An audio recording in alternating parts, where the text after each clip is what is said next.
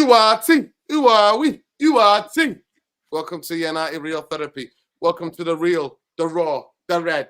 And it's the podcast, people. You how you want it. We got Saeed, we got Tom. Hopefully, man like Javis will be joining us soon. But anyway, people, Manchester United, Omar Barra, Jim Dara, Dodgy Dave, Dodgy Blank, Dodgy, who else? Dodgy Will everyone, Cox. mate. Dodgy everyone. The whole lot of them dodgy FC. Dodgy Ashworth. Ashworth. You're all in the mud tonight, people. Because the question is on the video, people. The question is in the title. The question, it's simple and it's in the title, right? What is the uncertainty doing to the players, fan base, and Ineos are delaying the inevitability? Yeah. So, Saeed, the inevitable. Right, let's go to you first. Manchester United are in the mud. We're in the mud, bro. Like, today's meeting, Saeed, was about performance review. Talk to me. Heard that before. Yeah, man. They just had a review today, man, for the cameras, innit? You know what I'm saying? Let's be honest, man. Them they love the cameras, I think, for me. Because whole load of bollocks. You know what I mean? If nothing happened last night, then I don't see anything happening tomorrow, nor do I see it happening next week. I've kind of given up, if I'm being honest with you. You know, it's incompetence, man. And if this, like I said to you, if this was the Glazers, everyone would be going mad. But because it's the name Ineos, you know what I mean? Everyone's giving them a pass, which is not great at all, man. You know what I mean? It's like, it's just very, very crazy to me to have a performance review. Even for them to even tell the media they're having a meeting, like, did we need to know that they're having a meeting? You know what I mean? Like what is this idea that you need to tell us here that they're having a meeting? Like, I don't get it, you know? Like, you're not only giving the fan base some sort of like, you know what I mean? You're gassing them up and you're putting them up to the kind of fall, basically. You're literally getting the fans exciting for them to basically get nothing in return. So today, like I said, man, I thought there'd be some sort of situation happening. But at the same time, am I surprised now? No.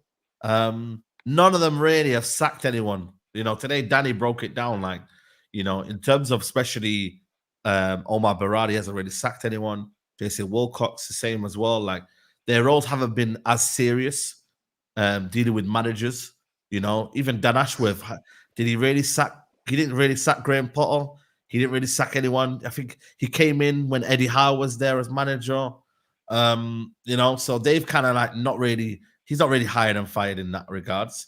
But yeah, like I said, bro, it's one of them where Ineos really have shown themselves for who they are if they keep this manager. They have literally got these 2 weeks of international break. But let's be honest, the reality is, if he was gone, Nuruddin, would have been gone on Monday morning. That's when normally sackings happen. They happen on a Monday morning after a result like that. But they for some reason, it could either be money, the fact that maybe they want to pay the compensation, so they wait till January, or B, they just, you know, it's shit incompetence, which I believe is still are. So that's where my head is at, man. You know what I mean? They are very much. I want to stay with you. I want to stay with you. Where do you stand with Ineos as we stand right now? They're on fraud watch, bro. They're on fraud watch. So they're still on fraud watch. So yeah, because they haven't made. If they don't make this decision in the next 2 weeks, then they are massive frauds. If they don't sack him, then you know what I mean. I'm not really expecting anything from them. You get me? I gave them benefit of the doubt, and Danny broke it down. He did say like, "Yo, we let them off too easily when they didn't sack Ten Hag in the summer. We did." But what it is as a fan base? I didn't. I was standing alone. Didn't. Of course you didn't. Of course. But then naturally, as a fan base, when you say, right, cool, you're giving the manager time, yeah, it wasn't a 3 or 4 year length contract.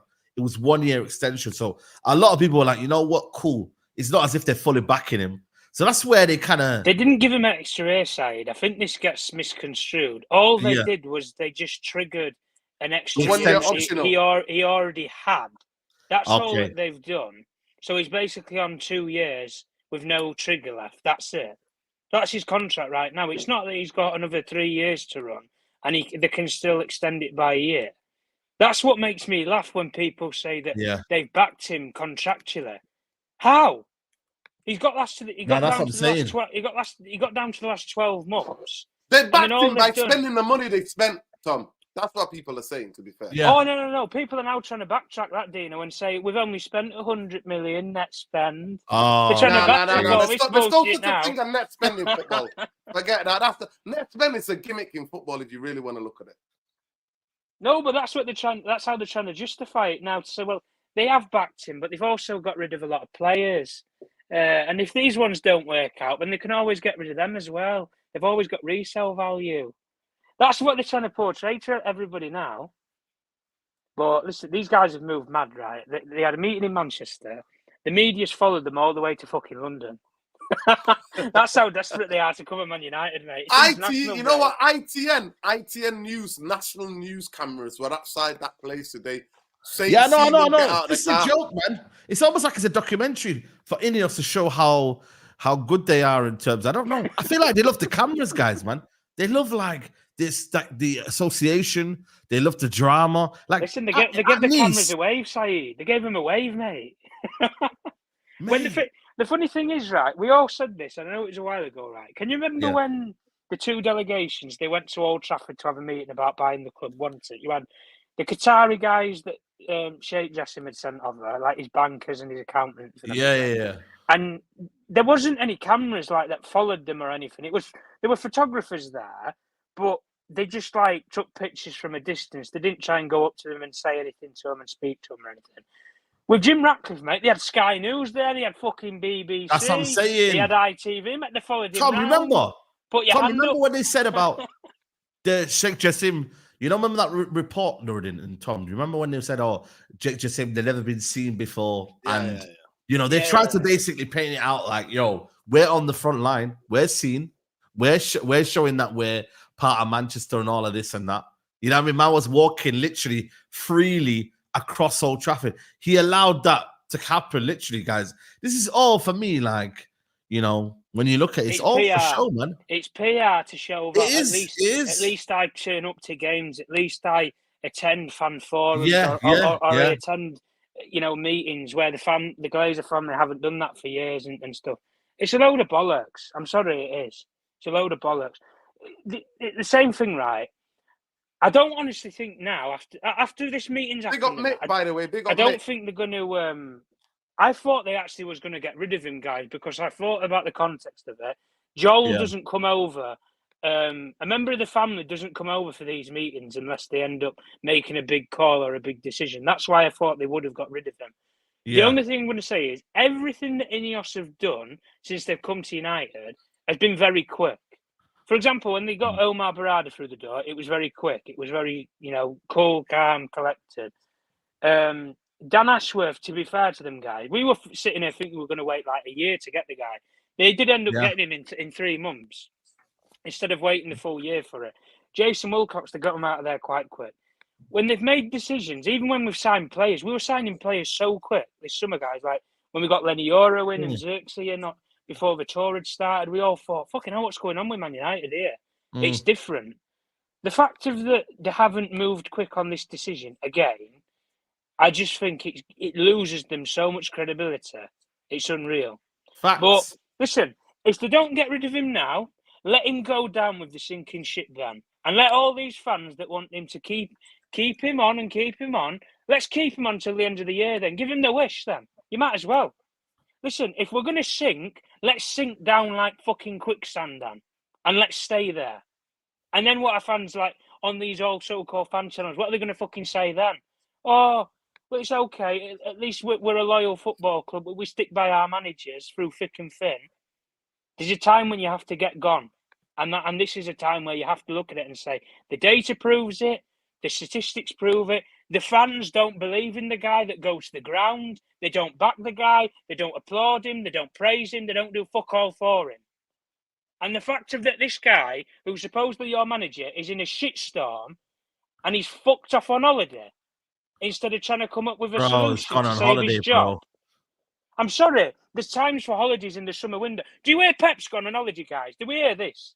Has Pep gone on holiday? Has he? Actually, yeah, he does. To be No. fair, Tom. He's not gone on holiday now, though, Dino, has he? Because he's got something to fight for. He's in a league title. What's Ten Hag doing? Fighting for the fucking what? To stay in the league? Well, it's terrible.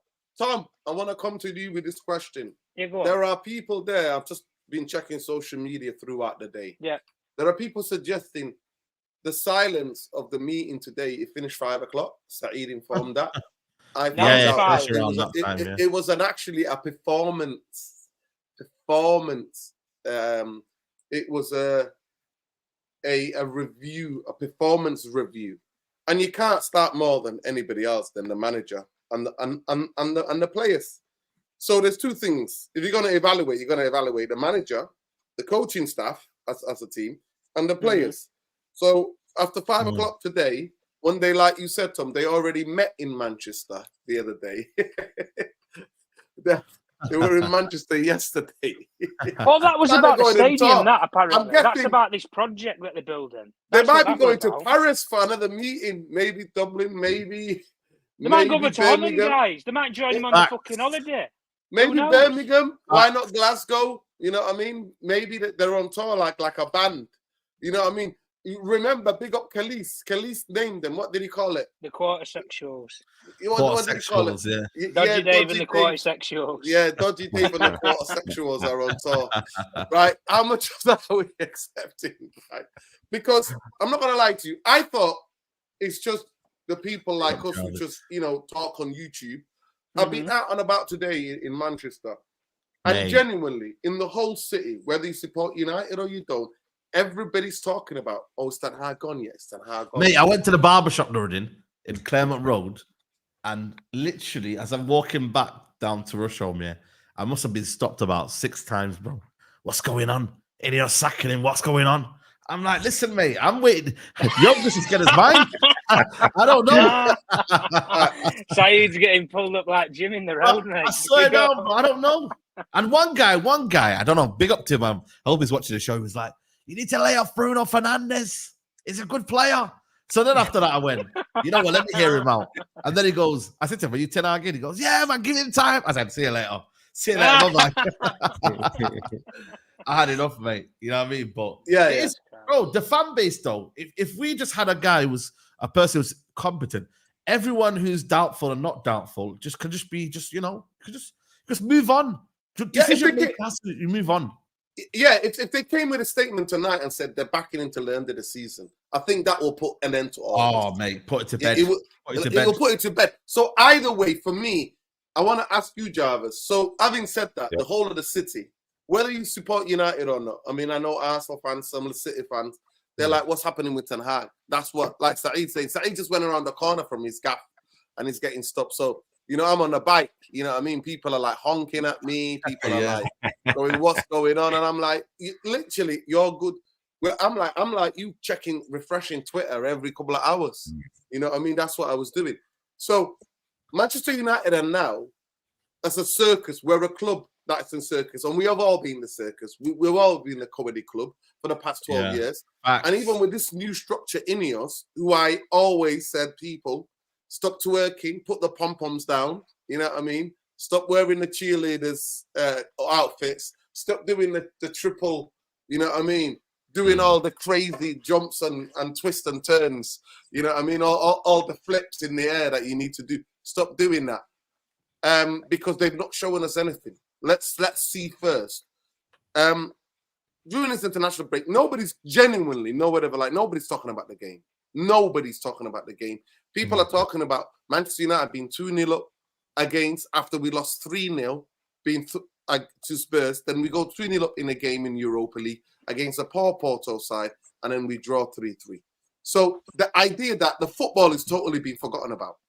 The question for the podcast is, Javis, what is this doing to the players? Because there are things coming out tonight, and I've had a couple of text exchange just to verify certain things. Certain players are confused about Erik Ten Hag because he's going away from what he said to them, regardless of what, whether you were in bad form or not. 2 players, He tried to play Rashford into form when he was at horrendous last season. And he played Bruno majority of times. So other players are asking why they're not in that category and why are they getting dropped, and he's doing totally something that what managers do when they're under their tenure and they panic. So, and I asked a couple of people who are in the know. I asked them the question, like, what's the feeling from the club? What's the feeling from the people that work there? What's going on? And they're basically saying that Eric Ten Hag has lost the majority of the dressing room. Now, dressing rooms are like anything, innit? Right? They're like anything. I know what you mean. Sometimes they can flip-flop, innit? It depends wherever the wind is, whatever the wind's blowing, innit? But some players who are not asked, who just want to play, are like, well, if you play me, then I'll back you. You know what I mean? If you don't play me, then I'm not going to back you. It's as simple as that. So I don't put too much into that. But the question of the podcast is, what is this delay doing to the fan base? So this is the either way. For me, it's simple. Not to say to sack him, but to say we're sticking by our man, we're sticking by him, and we're gonna keep him. Whatever happens till the end of the season. He's got a contract till the end of the season. Or we're gonna review it again in Christmas. Do you know what I mean? Something to that effect. Yeah. Because one thing, Javis, Saeed, and Tom, we've always been accused of the Glazers. Is that what we were told, and I told you all, don't get hoodwinked, was that Ineos are different. Ineos are going to communicate. Jim's going to come out and communicate, and he's going to come out and the club, because now we've got a structure. A structure's going to come out and make a statement and go, back in the manager, or they sack the manager. So in this sentence, what I was like, what's he doing to the fan base? And what is it doing to the players? And I have been told that majority of the players last season thought he was a gunner. He didn't come back. So there is that disconnect as well to go through because of the indecision and the time that it took the players. So where do you stand on this? Do you think Ineos, do you agree Ineos, either way, whether they're getting rid of or kicking it, they have to come out and say something ASAP? Yeah, first of all, big up, Saeed, Tom, big up, bro. To the chat, everybody. It's been an exciting day. We have heard rumors that they're not sacking Ten Hag. We don't know yet, but he could still get the sack, Maybe they will just have the board meeting and then inform him and let it rest for a couple of days and then inform the rest of the world, They are not the Glazers sacking Van Gaal the day he won the FA Cup final. They have some class at least, so it could still happen. But what the rumors said, if they are true, he's staying in the job for now.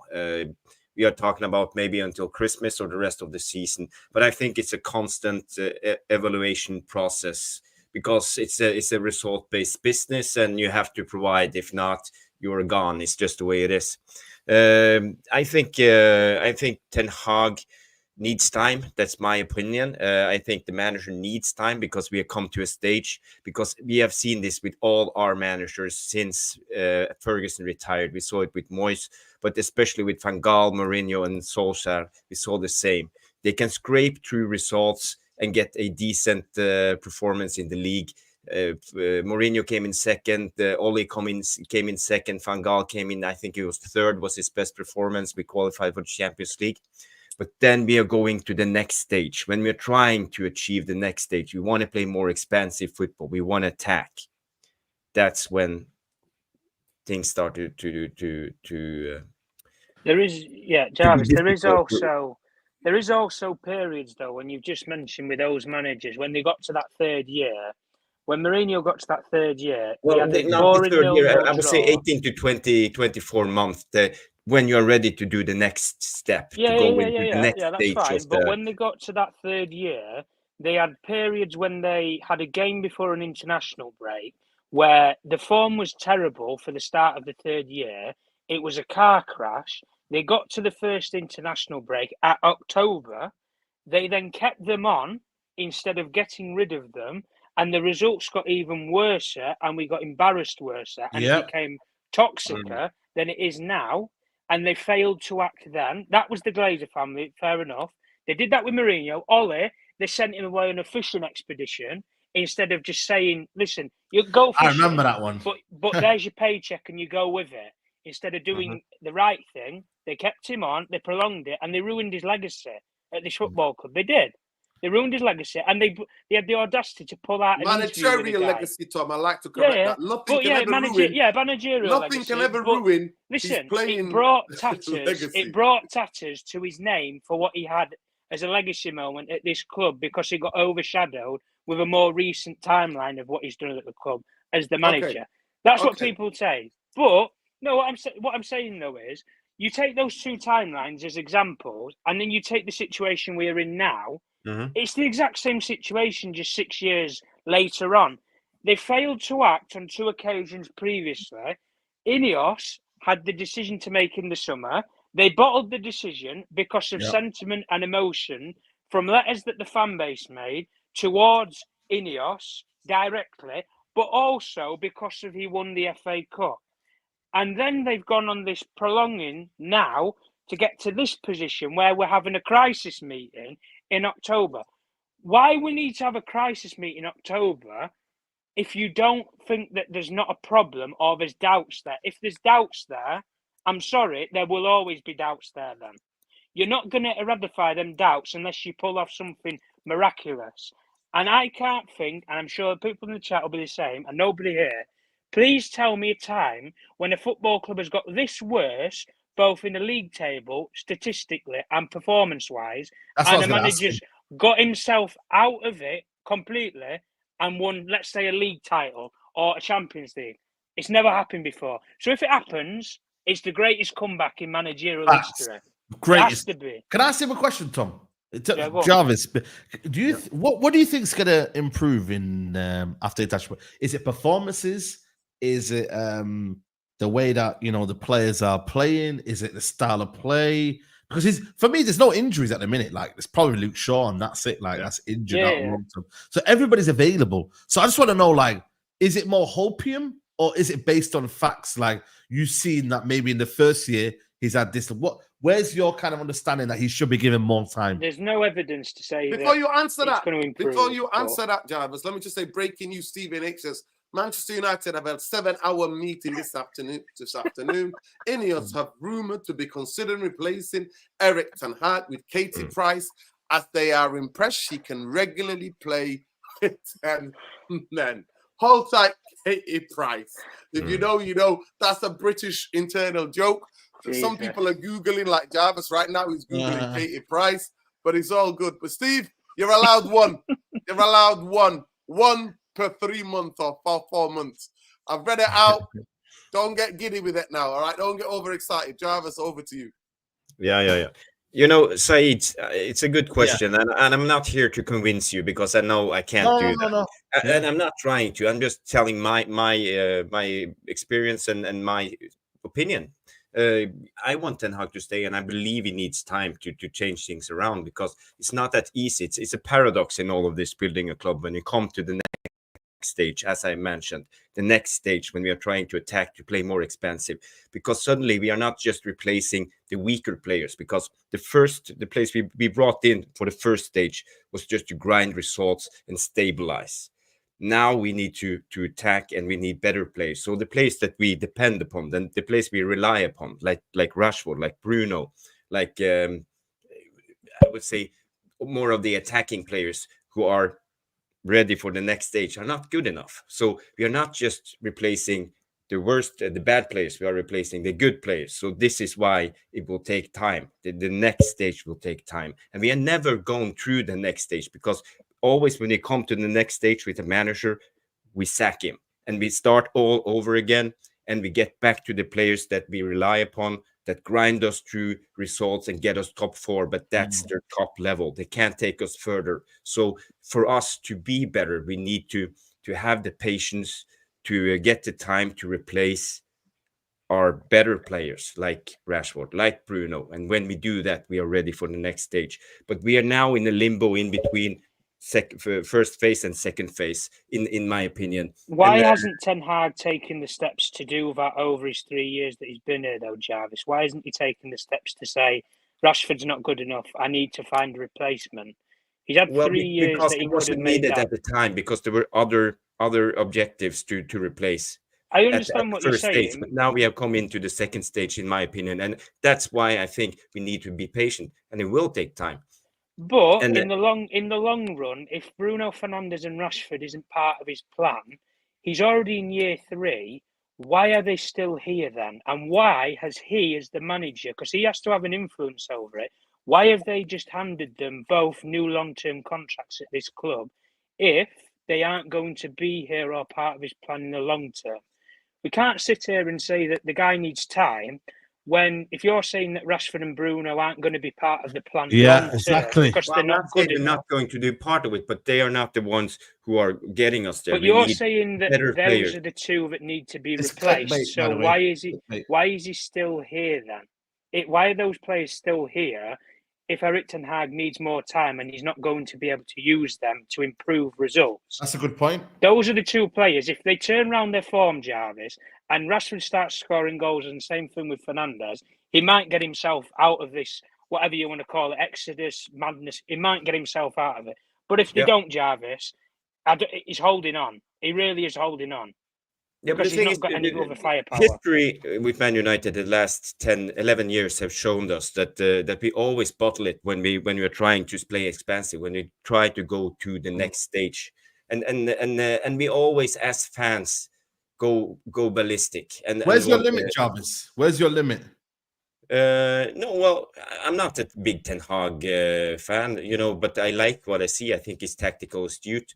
I don't think he's a good manager. He has his ways, but he can take us further, I will say. But maybe he will not take us to the league title. But sacking him now and, for example, bringing in Tuchel will get us back to stage 1. Back to start, and we will start a new evaluation process. Players will get new chances. I will bet you that Luke Shaw will get a new contract if Tuchel comes in, and it's a never-ending story. So we just have to go through this. Have to be. I don't care if he come in 10.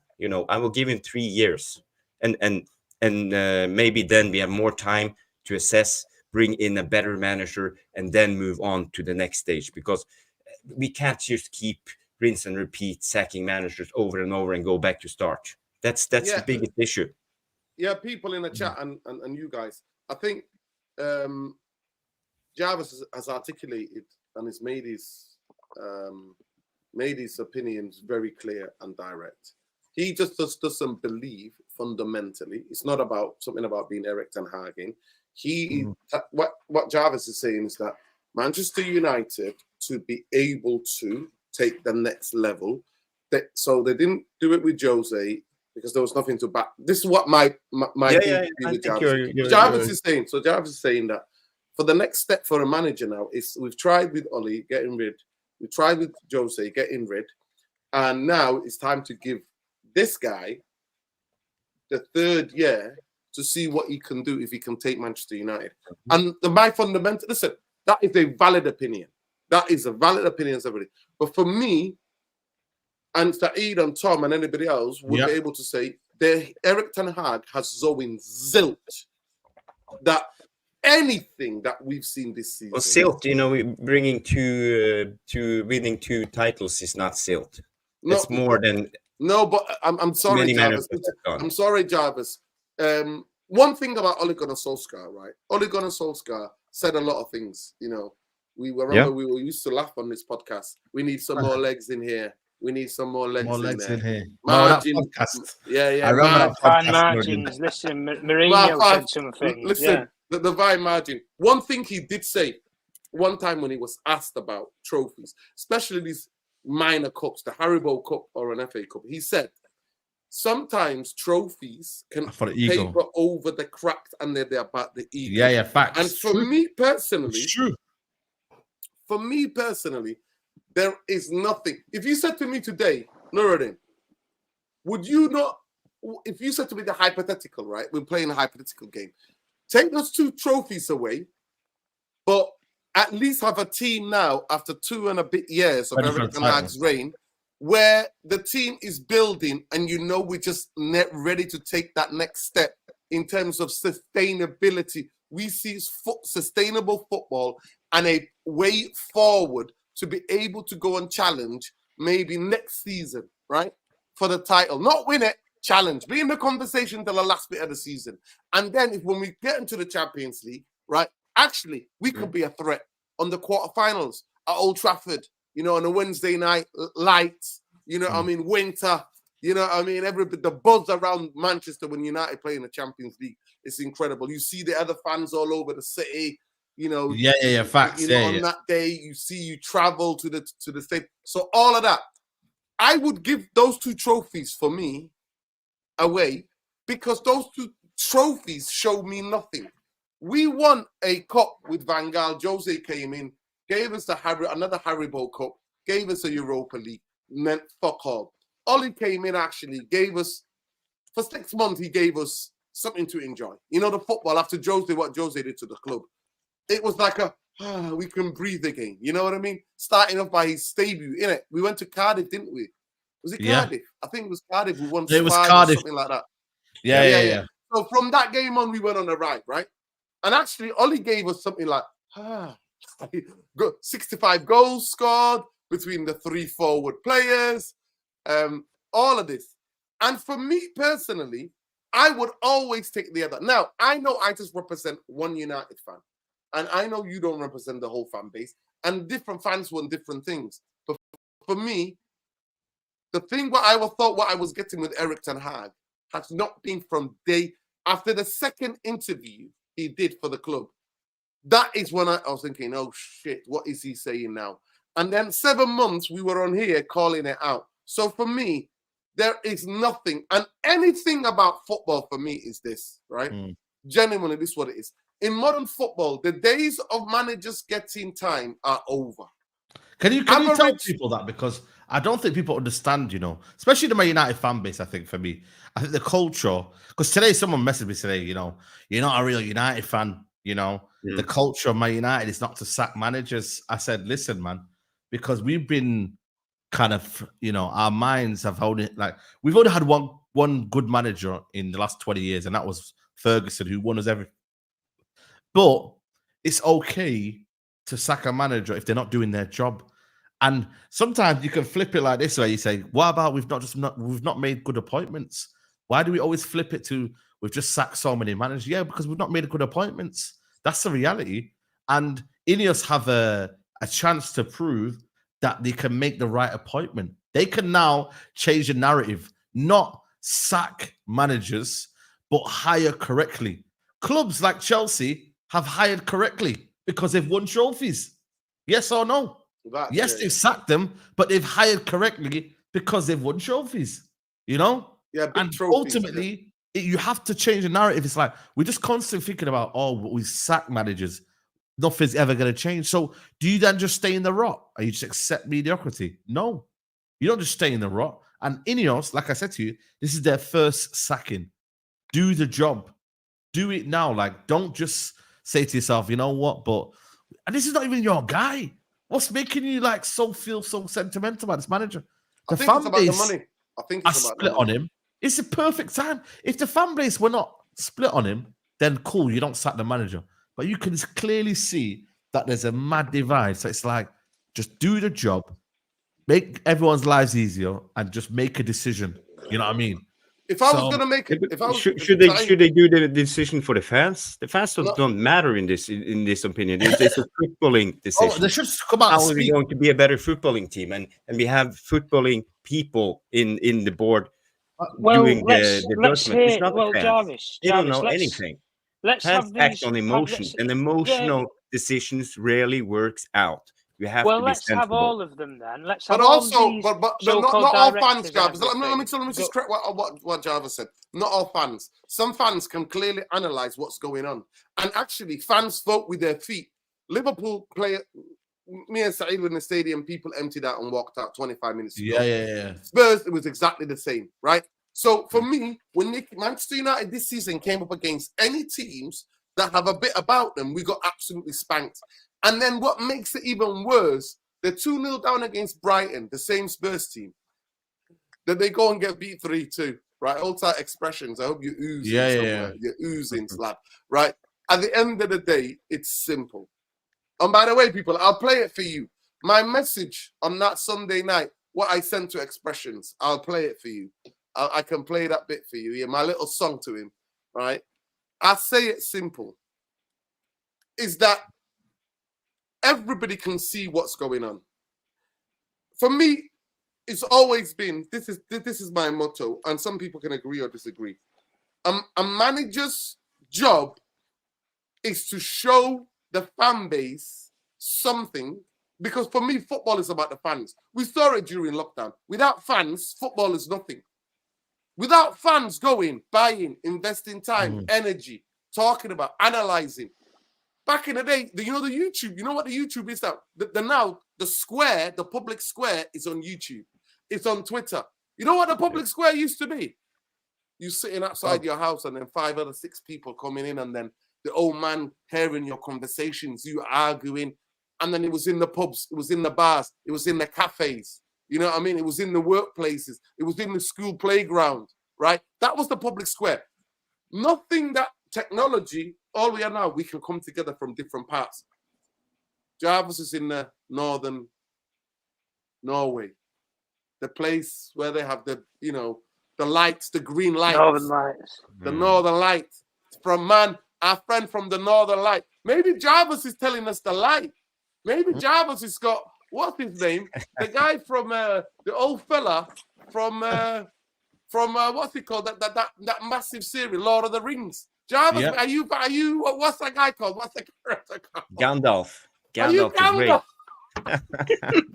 Javis, go and get your stick. Tonight, people. Man like Javis, Rick Astley, never give you. You know what? See, Javis does not want to give up on Ten Hag, mate. Never gonna give you Ten Hag, never gonna give you up. And then you come in with man from the Northern Lights telling us, listen, I've seen it in the light.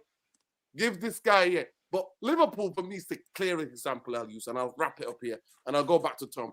Liverpool, Jurgen Klopp showed the Liverpool fan something. And before that, it was how many people? They had so many other managers. They bought back Kenny Dalglish. They had, all these different managers. Some were successful. Benitez came close to the league title, but fell away. So at the end of the day, the idea of managers being sacked is clear. For me, the question is, and I want to put it to you guys, if this was 1984, people will be saying, oh, give Ron Atkinson, come on. He just, he won a cup the season before. It's exactly the same thing, by the way. He won the cup before that season before. The form dipped. Someone like Fergie was in the wing. Bam. And history would have changed. So at times, giving managers time, Javis, can also work against you in the long term. And history has shown that clearly. So for me, the biggest point in the system, I'll just say, I want to make this about Ineos, and I don't genuinely want to talk about Erik ten Hag. I think the fan base is 70-30, right? That's how I feel. That's a hypothetical view of my opinion. That 70-30 has lost them. Even the diehard, the guys who are home and away. You know what I mean? Talk sport, talking to the fans afterwards when they came out. After the ground, you've seen it. They're like, nah, he's done out here. But to be fair, they said bring Ollie back, so I don't know about them, man. You know what I mean? Yo, they want to see goals. They're starved of goals. They're starved of goals, bro. Listen, they'll say anything. They're starved of goals. So the point is that I want to turn this to the essentials about Ineos. Tom, Ineos promised a lot, delivered zilch. Ineos were not hired. Ineos were hired to make the big fucking decisions. Yeah. Big and the most concise way. We wanted to see a total change. When it came to working class people from around Greater Manchester, they made their decision very swift, Tom. They sacked 250 people like that. Like that, man. Correct. And those people are not from a millionaire family in the northern Netherlands. So can you please get into the psychology? Because we're not going to change Ten Hag in us. We're not going to change. They're not going to change our mind. It's just the way the opinion is. I want to talk about Ineos. What are Ineos doing? And what have they promised and said? They said communication was key. That's what they said. The only communication we've had from them since the beginning of the season is that they gave an interview on a Saturday when the game against Liverpool was on a Sunday. Then the interview comes out after the game. So they gave. So let's get this clear. I know. Let's get this clear. So I want to ask you: is that have you seen anything that's changed from the Glazers? That's what I want to ask you. And I want to ask you, Tom, and Tom, and Javis, and Saeed. You know, the thing is with the Glazers, right? I'm just struggling to understand. Like today, I seen them with Jim Ratcliffe yesterday at Old Trafford, but like they gave football structure away, but like we don't know still how much percentage of control they have in terms of the final decision. But full, Saeed, full. Full. Okay, cool. If Joel says something, he has to do it, and that's what people forget. Because people forget and just think that Lord Jim's couldn't come in to save us, and Dodgy Dave, they've all come in to save us. These are our saviours. They're not your saviours, guys. If Jim Ratcliffe and the football structure say we must sack Eric Ten Hag, if Joel Glazer doesn't want to do it, he won't be sacked. Yeah. So this veto that people think Jim Ratcliffe has, they have said to him, you can run the football operations, but any decision that gets made, we have to sign off on it. We own the club. Yeah. That's it. Yeah. That's how crazy. It works. That's what I'm saying. So if Joe Glazer says to them, he's not making top 4, the data proves it and shows it, sack him, they have to fall in line and they have to sack him. Because if they don't, Joel will just go over all their heads, ring Eric up and say, see you later, mate, P45. Gone. So they deserve to not get top 4 this season then. You know what I mean? No, well, this is what I'm saying. We're accepting this shit. He is not going to make top 4, guys. The form proves it. The way we're playing proves Even it. before the season proves it. You kind of gave away top 4. Really? So everything points towards we're not going to even make top 8. Never mind fucking top 4. Top 8, trust me. We're not getting on a plane in Europe next season, guys. We're not. Adidas are strangling us around this contract. We're going to lose money. That makes Omar Barada's job harder. Then when you get to the summer and you want to buy new players, and when everybody's going to sit there and say, why can't we spend more money? We haven't got any money to fucking spend. We're not in any competitions. Yeah. We've not got any money coming in. Then it's, we're building a new stadium. That's going to help us. You're not going to see that for 8 years, maybe. 7, 8 years it's going to take to build all this shit. Jim Ratcliffe's talking in like 10 years' time. It's all going to be rosy. It's all going to be brilliant. He might be 6 feet under by then. We don't know. But all I'm saying to everybody is, when everybody's sitting here and saying Ineos are doing all these great structural changes around it, they're putting a lot of money into the club. They're putting a lot of money into it, and we're getting very little fucking out of it. At the end of the day, when people want to sit here and say, get Ten Hag till the end of the season, do it. I'm at that point now where, do you know what? Give what everybody fucking wants then. Give them what they want. And when he doesn't get top 4, and he doesn't win you an FA Cup, or he doesn't win you anything, what we're going to sit here and say? Everybody's going to sit here and say, well done, Man United. You've wasted another fucking season on a manager which was just not good enough. You're sitting here in year 3, we're saying just keep him on, just keep him on. By year 3, you should see something of your team forming together that it can go and win a league title. We ain't winning any fucking league title, mate. And that's why so many people are saying we might as well just start from scratch and start again with someone else, because at least when that new person starts, guys, there's that renewed bit of hopeism that we might actually go somewhere. We might actually do something. You ain't not going to see Eric Ten Hag win a league title at Manchester United. He is not a league manager. He's a cup manager. It proves it. He's got to 2 FA Cup finals, won one of them, fucked the other one, and he won a Carabao Cup. And in one of the finals that he's won, he played shit and he didn't deserve to win it anyway. The FA Cup's the only one that he has some credibility with. Newcastle played better than us, deserved to win the final. The only difference is they just couldn't bury the dinner, guys. That's it. But Tom, everybody on Ineos, where do you stand on Ineos? Where do I stand on Ineos? They're as bad as the fucking players and the squad that they've built. Bottlers. Facts. Bottle is what comes to word. I'm sorry, it does. I've seen enough already for 5 months. Yeah, you can come out and say to United fans, you're going to have a new stadium in 6 years' time. We might all be dead before then. The way the world's going in that, guys, we might have a world war.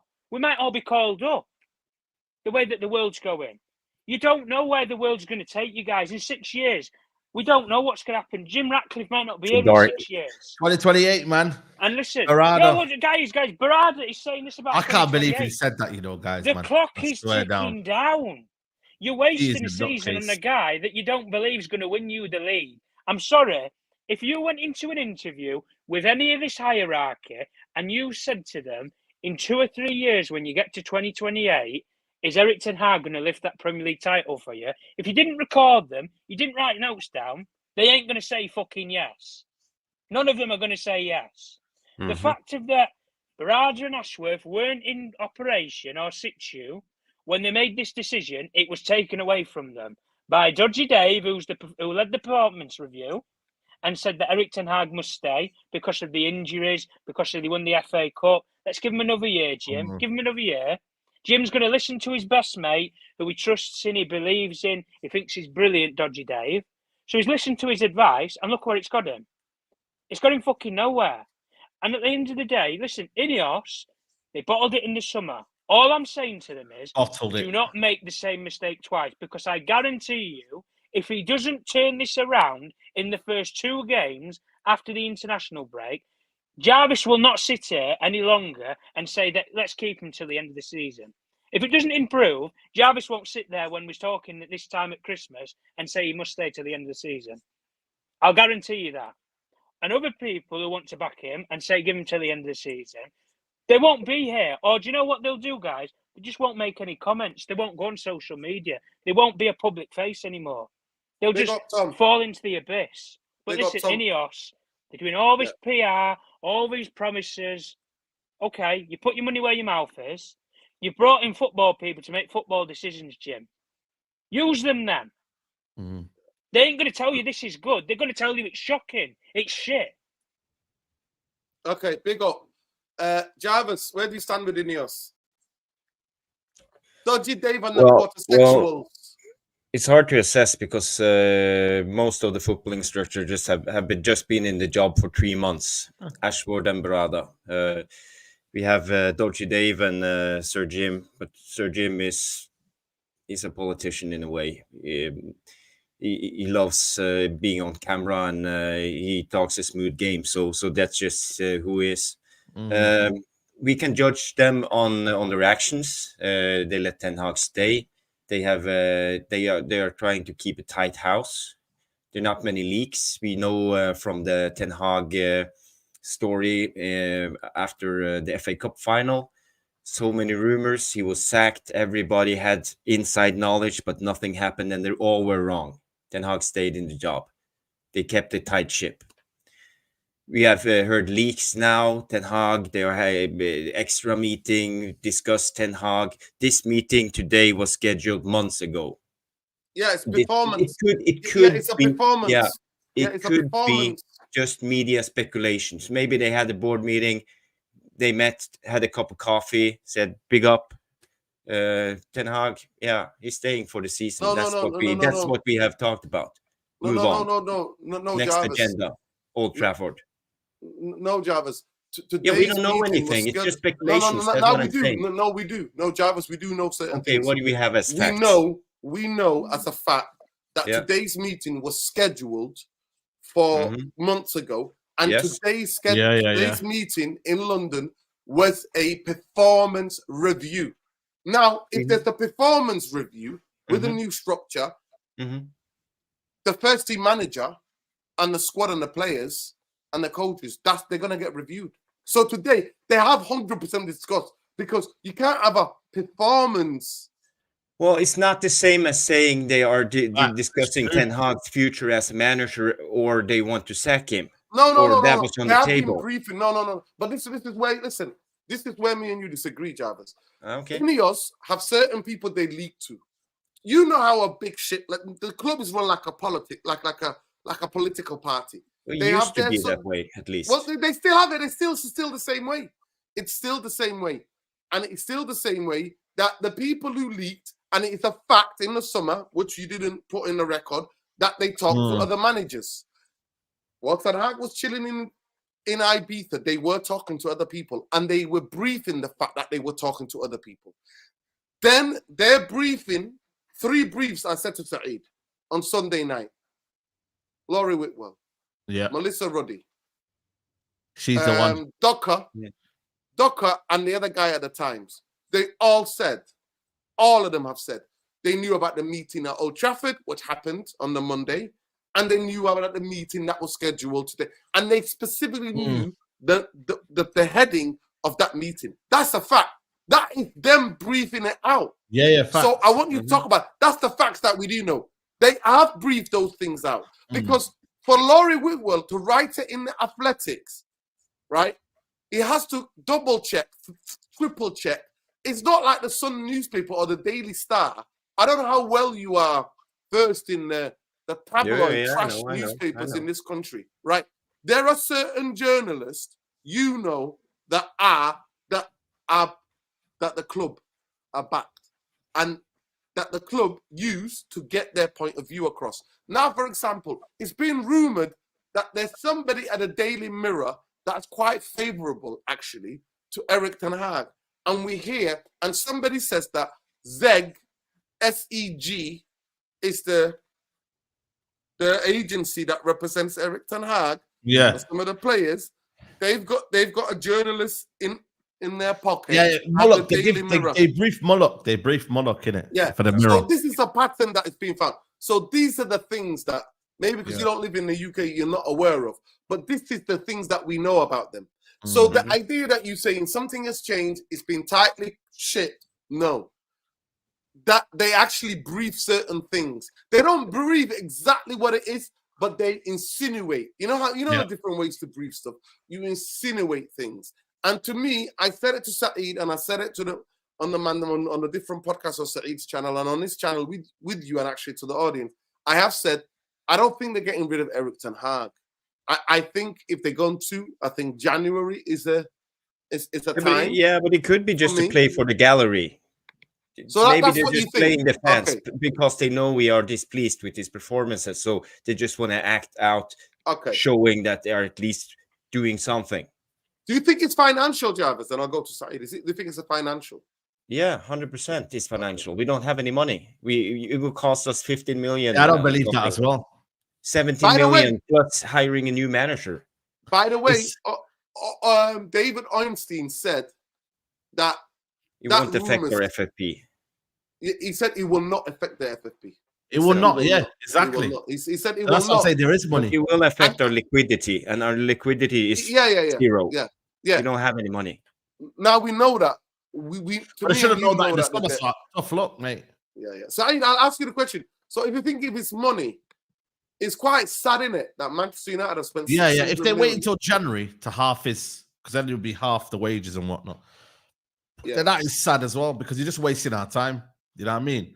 You're wasting the fan base's time. You know what I mean? I think ultimately, you know what's going to happen after this year, right? So he might win against, I don't know. He might win a game in the 3. I don't think he'll win against Brentford next. I'm thinking you've got Fenerbahce. I don't think we win there. West Ham, even though they've had a rubbish start to the season, we always find it tough over there, man. You know what I mean? We if we win, it's one of them where we have to struggle to win.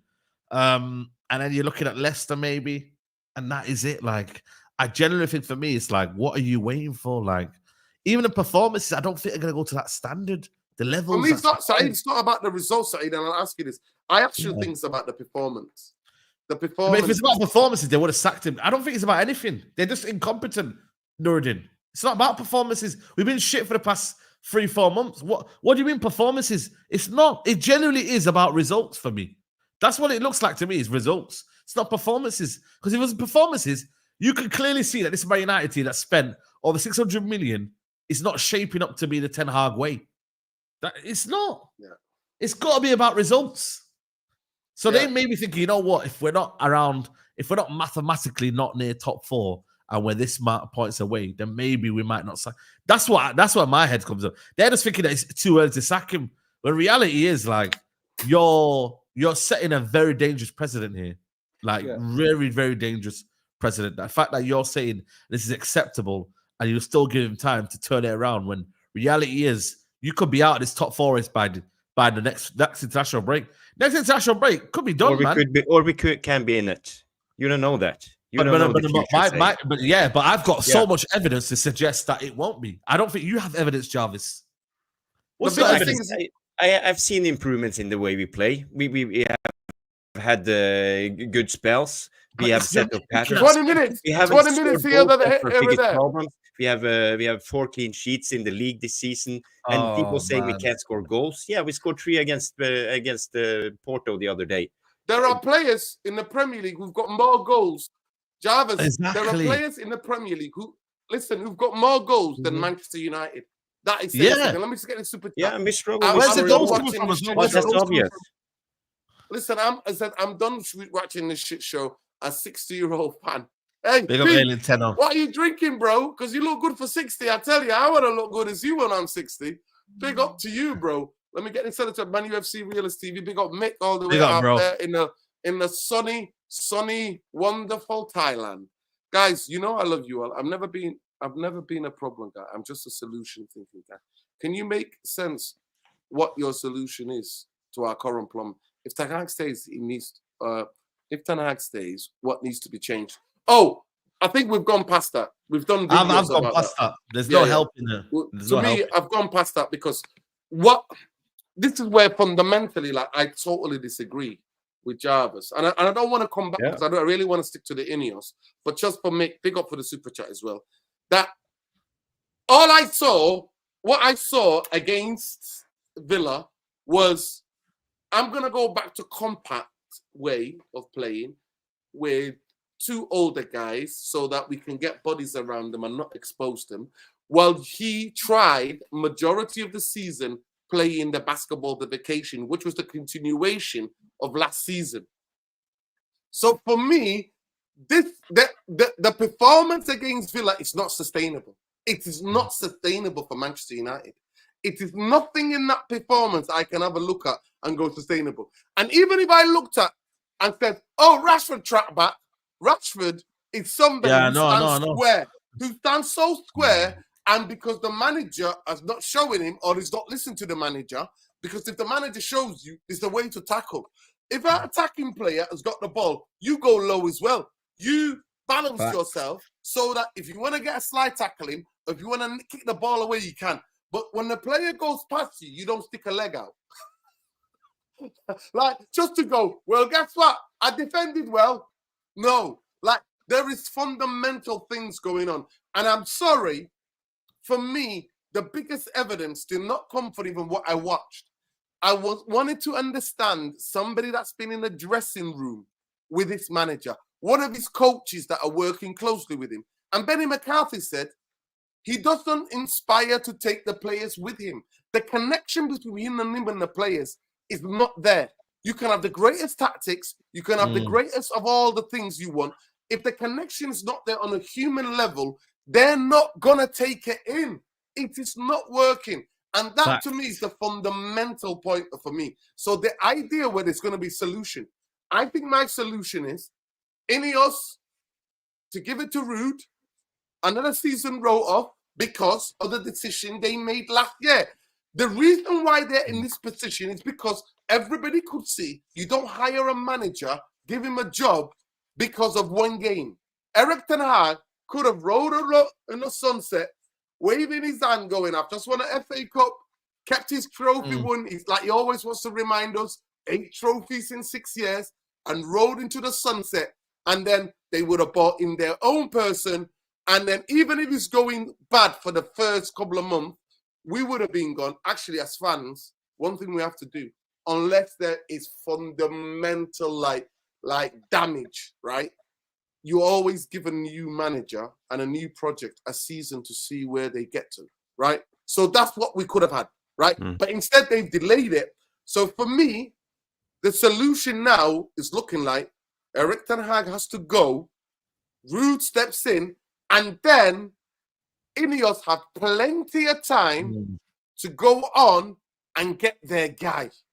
Because Erik ten Hag is not their guy. He's never been their guy. And all they did was take the 1-year option out of his contract and extended it. That's all they've done. So basically, you're chancing your luck on Ruud to come in and change it all. And do the better.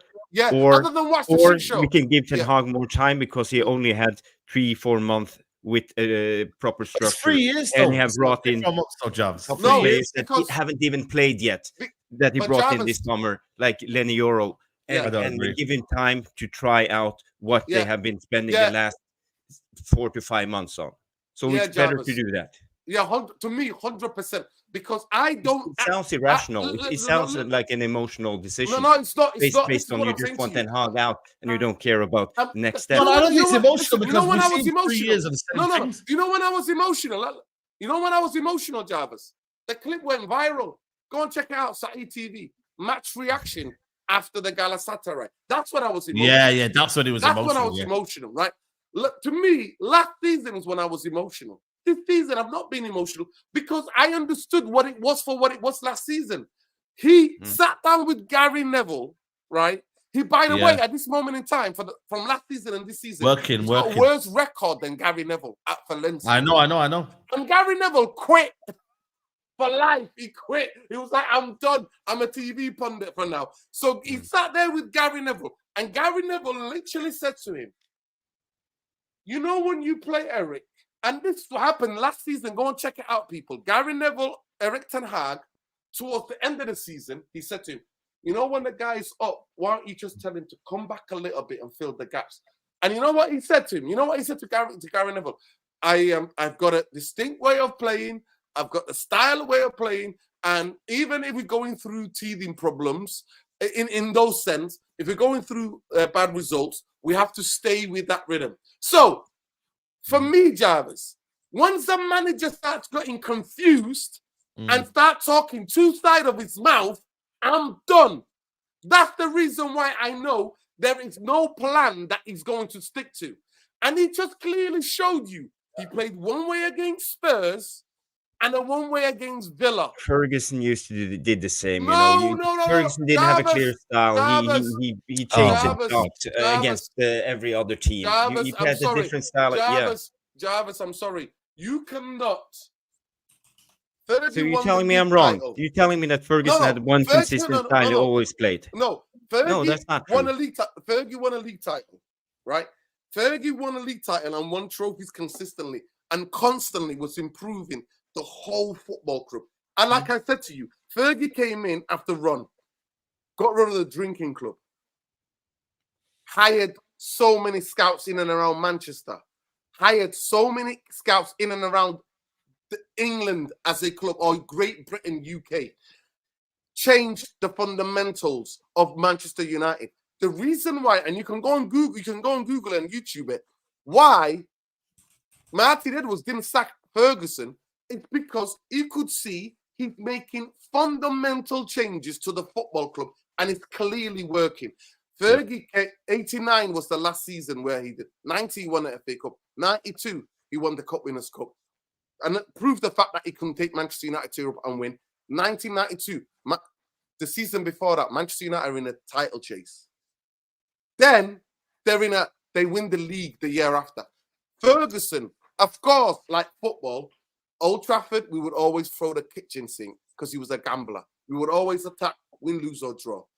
But you can never pick a Ferguson team and go, you know what, this Ferguson team that I'm watching, the idea of them not having shots, the idea of not constructing play, none of that was here. Erik ten Hag football is basketballification, and in my opinion, I said it from season one. I'm not come Johnny lately person. I said a style of play is what's needed. Big up Saeed, by the way, Anton. Big up. Style of play that what's needed. And after that style of play I didn't see, I just saw him burning player teams to death. All I saw was that we're chasing 4 trophies. season after a collapse. Every record, Javis, that needs been broken, Erik ten Hag has broken. He's broken his own record from last season. The worst start.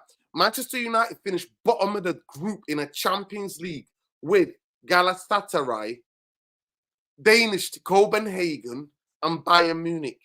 Bottom. That, to me, alone is a sackable offence. It's a sackable offence. The standards of Manchester United, no other manager since the last 12 years has had more money spent on him. No other manager has been allowed to clear majority of players. The idea that you could say Erik ten Hag out of Moyes, Van Gaal, Jose, Oli, he has been the most bad guy in the decisions of getting rid of players, of where it comes to the amount of money spent on him. Erik ten Hag, our wage budget is 250 million. City have 450, 500 million in their wage budget. We are slimming it down. No. We are not getting in big name players anymore. No, of course. Yeah. Listen, so he's getting back. But we are not shopping at the top level as the teams that you are comparing us with. Because that burnt us out. We were shopping at the top end, and that got us zilt. That got us more about egos and sponsorships about certain places, and it got us nowhere. We've gone with a plan like most football teams go for when you had an implosion of wages at the football club and zero things to show for it. You cut your losses. You get first contract or second contract players, and then you get a coach that has a way of wants to play football, simplify football, communicate with players, and win or lose or draw. It's the way he loses, the way he draws, and the way he wins. And I'm afraid Erik ten Hag, for me, in my mind, when I take the emotion out of it and I write, if I get a paper and I write, if I get my hand and go pros, cons, the list of cons, and I'll run out of fucking paper. The list of pros is about 2 or 3 at the most. He has navigated that. That I think Garnacho now is the kind of guy that is a first team squad player, and that he can actually within the next year maybe fight for a position, because I still think he needs more coaching development. He needs showing takes to go. Decision making to be worked on. But I think now he understands, like he's a bit more stronger. He's not, you know what I mean? He can go back and chase a full back. You know what I mean? Before he looked lost on a football pitch in a men's football. He lost the ball 7 times against Aston Villa, by the way. He was the player most wasteful on the ball. But Javis, as you know and I know in football, if a winger's got the ball and is attacking their fullback, they get more. None more than so, they get the most. Wingers get the most. In terms of try again. For me, it's about getting better in his. I understand it. So that's what I'm saying to you. Combination play, for example, know how to utilize his midfielder, his striker, his fullback. Know how to play 1-2s, run in behind, overlap, underlap. Well, this is what I'm saying to Javis. I am saying to you, this is called developmental coaching plan. Yes. And what you do, you sit with a player, you take him out for games, by the way. You take him out for games, you have time on a training ground, you get a specific coach. Him and that coach have a specific thing to work on. They watch analysis, that you even coach the training to go, this is how you do it. When you're tracking a player down, when you're defending, you get low. The defender gets low against you. You don't go on square. You show videos of Rashford and go, this is not how to defend. This is not how to press. This is how to get goal side. You need to build up your fitness. Erik ten Hag has not done that. There's zero evidence of that. And that's why he looks raw. Same thing with Kobe. Kobe still, in football, you can have the touch. You can take it on the back foot, front foot. But one thing, as you know, Javis, you played in midfield, it's about what? It's about the positioning. And you have to be shown in the video, look, circled, Kobe, here you are. The opposition midfielders are here. You play the video. What do you need to do now? And then you take him onto the football pitch and go, right, I need a couple of players. Come on, the senior players or whatever players or youth players, you go, right, we'll do that again, right, until they get it right, right? And in the thing about it, what I did modules on sports psychology, Javis, right? What you do is, when you are teaching younger players or anybody in anything, you can apply it to anything. What you do is that certain people learn by the information, right? Certain people learn by doing. But in football, specifically sport, what you want to do is get them to understand and make the right choices till it becomes what? Second nature. So they're on auto. It's that millisecond decisions they got to make because you've drilled it so much, Javis, that they go to the go-to. They go to go-to. You go to potting is a classic. And you repeat something 10,000 times, it becomes potting, natural for your body. Yeah. You know, potting. Potting is one of the things that they've done loads of studies on, like where you just potting, and it's the feeling, right? But you studied sports psychology. When it comes to sport nerding, it is something else. But if you drill too much, you take away the creativity, and so it's a fine balance in how you do it. So But what listen, but what you drill, it's certain awareness of scanning. These are the things you drill. You don't drill how you take on a player, because. But you start drilling that when you're 6, 7, 8. You don't start drilling that when you're 19. No, at this level, you don't drill how to take on a player. You drill how to be aware. You drill looking over your shoulder. You drill like feeling and sensing players are going to press you. You drill a way of moving the ball past you. That's how you drill. You don't drill how to take a player on. You don't know nobody or how you drop a shoulder or how to get out of a tight corner. You don't. You drill, though. You know what you drill? How to put your body in a position to get a free kick. You drill that. You teach players how, when you've got the ball, by just shifting a couple of inches this way, because I've done that, Javis. I've done the work. I've done that work. You drill, you pass the way you're facing. You don't leave it to chance. If you're especially in central areas and you are you got the ball in and among the back four. And the goalkeeper. So there are areas you don't take too many chances, right? So there are certain things to do. But for me, Kobe needs awareness. He needs spatial. And you know what the thing about it? Some of it is the technology now they use, Javis, at the top level. It's unbelievable. They put a headset on him, literally headset on him, and they transport, the what's it called? Virtual reality. They will literally transport him into a match situation. Because he has eye tracking, yes. so we will see where Yes, Javis. So this is what I'm saying to you. They can use that, and that's how you improve scanning.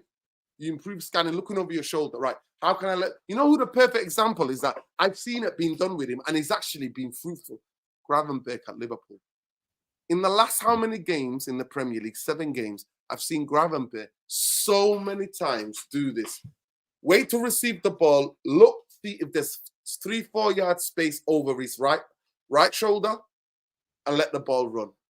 Defenders go to him like he's going to control the ball. All he does is turn, head away, watches the ball, constantly tracking the ball, and then he's out of it, right? So these are the things that Kobe needs. But for that to happen, Javis, you need to be taken in, taken out, taken in. Going back to Ten Hag, just to finish it off, do you think this is Ten Hag's job to learn the players' awareness on the pitch and stuff like that? Yes. Because this is basics. As a first, no. It's not, when you're a professional football player playing in the Premier League, these are basics. No, Javis. You can set up the structure, the tactics, Javis. what formation, tell them where to move, where to look for passes. Javis, with younger players, you have a responsibility and a duty to make sure that you have a developmental plan for them, that they have certain things. So in-game, because they haven't got the experience, Javis, you saw, remember, with Alexander Garnacho, how did he introduce him? He introduced him by what? Last 20 minutes. What happens in the last 20 minutes, especially at Old Trafford? But the opposition defense are tired.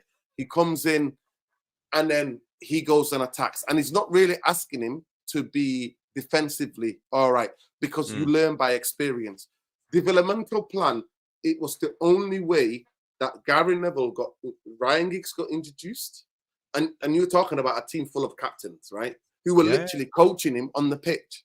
So you think about it, listen to any interviews of Scholes, Nicky Butt, Gary Neville, David Beckham, and they will all tell you senior players were coaching me through the game. Stay there. Look left, look right. Stay there. Now you're saying professional football, but when you're a younger player, developmental plan is at the utmost. And at this moment in time, I don't see that because the manager's too focused because he doesn't even have the players. Like in terms of what is going on, his plans to get through to the players are not there. And this is where, for me, Wilcox, Ashworth come into play because to me, it's not even. So, but you're painting him like just a madman, like doing the same things over and over again, and don't do it on Javis, training. the evidence is don't there. You think they try, they coach, they train? Javis, the evidence is there. We are at the level that you can't get it out when we are on the pitch. You just see spells. You see 15 minutes. You see 20 minutes when you do these things. When you have the movement, the off-the-ball movement, the interchanging, the 1-2s, the combination play, and suddenly it's all gone. We drop our head. But Javis, I'm not going to lie to you. I see it. What I see is that in two seasons and 3 months, Erik Ten Hag has not had the ability to coach this team or these players or the squad. The idea is in the critical moments where you are, when we concede one goal, that we actually do something different when we're about to concede. The result that I see him standing on the touchline and letting the bloodshed take place in front of his eyes. That's all I see. I see zero in-game management, and I see this from last season and it's continued this season. The form book from last season has continued into this season. And that's why I'm not expecting any developmental plan for any player. Any opportunity to play, to bring back in league games because he thinks he's going to get him out of trouble, he's panicking. All managers are guilty of it. When they feel pressure, all things go out the window. It's survival. And for me, Erik Ten Hag, that's just the human nature. When we're under pressure, when we fight or fight, we go back to what we know. That's just the way it is. Yeah, it's survival. But that also applies for the players on the pitch. Even though we have trained them and developed them for this season, they go back to. Well, for me, the reason why I know, Jarvis, that at the end of the day, Erik Ten Hag is not the guy. In 2 and 3 months, he's not able to ask players to basically ask them to have a plan B when they concede a goal. To concede the goal, and not specifically in a game where we've been up. In Europe, in its record in Europe, as soon as we concede one goal, all hell loose. We concede the other. The timings, if you looked at the timings, that to me shows that he is not, and the way he is showing them in a crisis, most critical moments in a game, he still wants to play the basketballification. Well, we're not playing the basketballification anymore. We don't receive 20 to 30 shots every game. We receive 5 to 10 shots every game. Most of our goals this season has been personal errors leading to goals. We have kept 4 clean sheets. The structure defensively is much better. The open gap in the midfield is not the same. Now we have the open gap on the sides behind the wingers. That's where they exploit most of our weaknesses this season. This is where and most of it is because we lose the ball endlessly when we're trying to attack, because we have players who are wasteful in possession, like Rashford, like Bruno, hoofing the ball, wasting the ball. Let me just get these super chats. Bear with me, please. Q Javis, have you seen Delit in a Northern Light? Brilliant. Delit needs to be in a Northern Light. Well, I think the whole team needs to go to the whole Northern Light. Exactly. Big up panel Free Palestine, Fox Signings, and guys, there's only one man who has clear as day style of play. Who needs is Sebastian Hunes. Fucking Zaki and Tuchel. Big up Ben. Up the Irish. Big up Ben. Yeah. Appreciate you. He's a good manager, Honest. Yeah. But Jarvis, I genuinely do not see I see, yes, we're not conceding 20 shots like we were last season, but I still see, and the game that proved to me, fundamentally, me and you disagree. I never think the Liverpool game, it was set traps, and the fact that Kobe got caught on a goal, exactly the similar positions that Martinez was getting caught, and then Casemiro got punished, happened.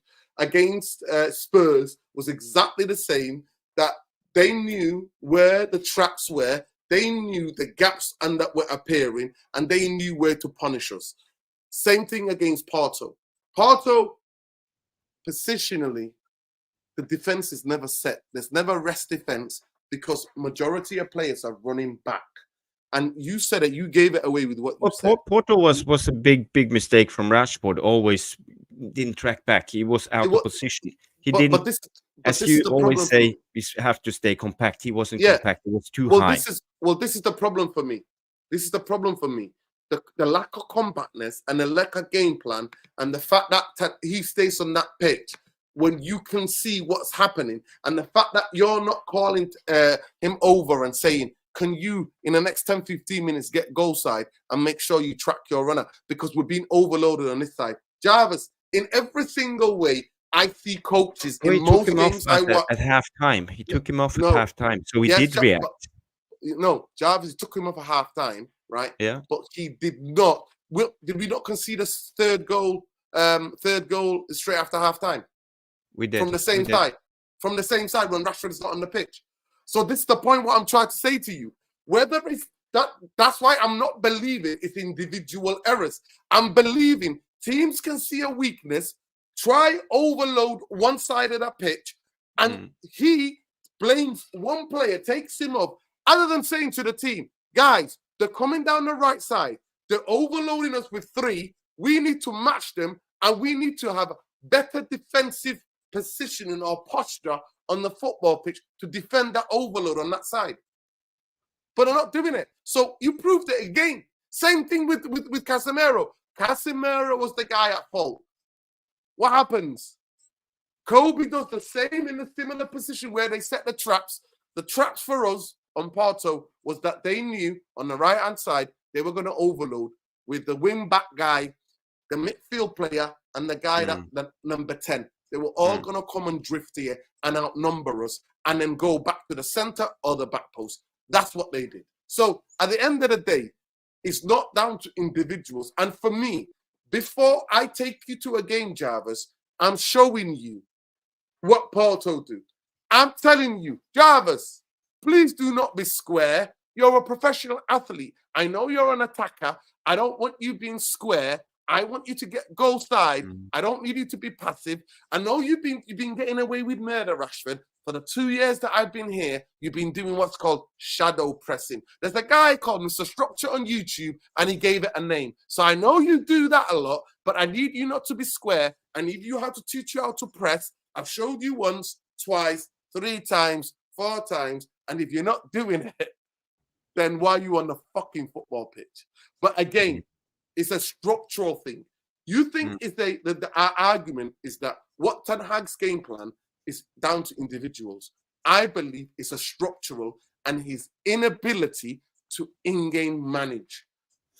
One of the best guys I ever saw do it was Klopp. Klopp would identify, shit, that team is doing that. I'm getting battered there. Less than 15, 20 minutes, he subs, boom. Ball goes out, he calls the defenders over. Guys, make sure we're back in here. We are in that position. And Manchester United do not do it. So structurally, Erik ten Hag is at loss. And I have seen it for last season what it is. It's continued to this season. And when me, you, Sean, and Bumbai were arguing about it, I knew this was coming.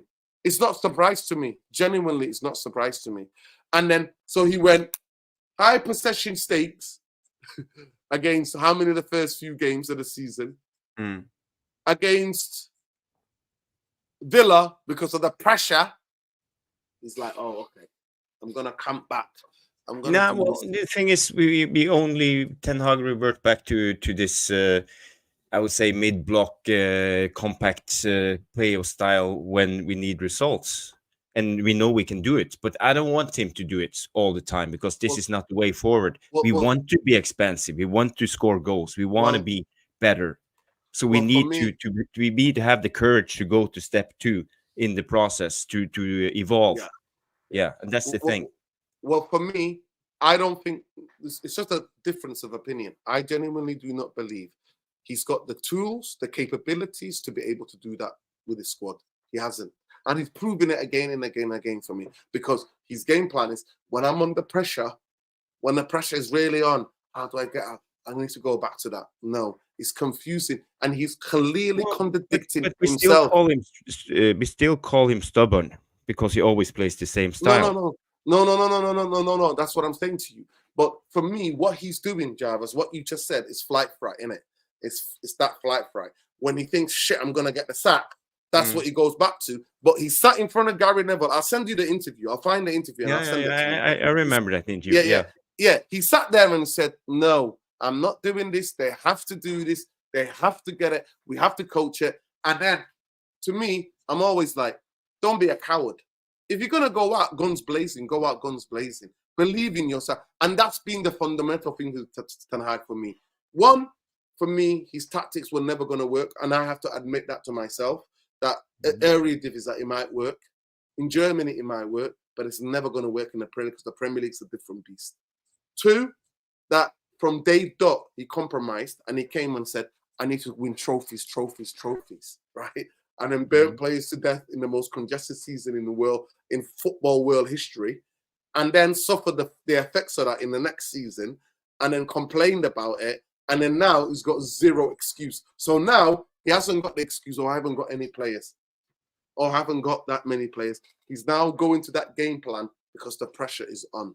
And that's what all managers do. He keeps talking about his 6 years A trophies. He keeps saying we're going to do this in May. And for me, he's waffling. He's a manager caught in the headlight like a rabbit. Ollie was the same. Jose was the same.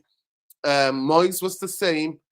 Van Gaal, actually, I didn't even see that type of pressure. Van Gaal was just like, yeah, whatever. We sacked him on the press conference, and he went, got his payout, took his trophy, went out on the high. So that's the difference for me. That is the difference. He is begging for this opportunity to come. And you know what? The saying in English goes, you can't flog a dead horse. Erik ten Hag is flogging himself and the players, and they're both not there. I don't see anything, and I promise you, But there's another saying, Nuruddin.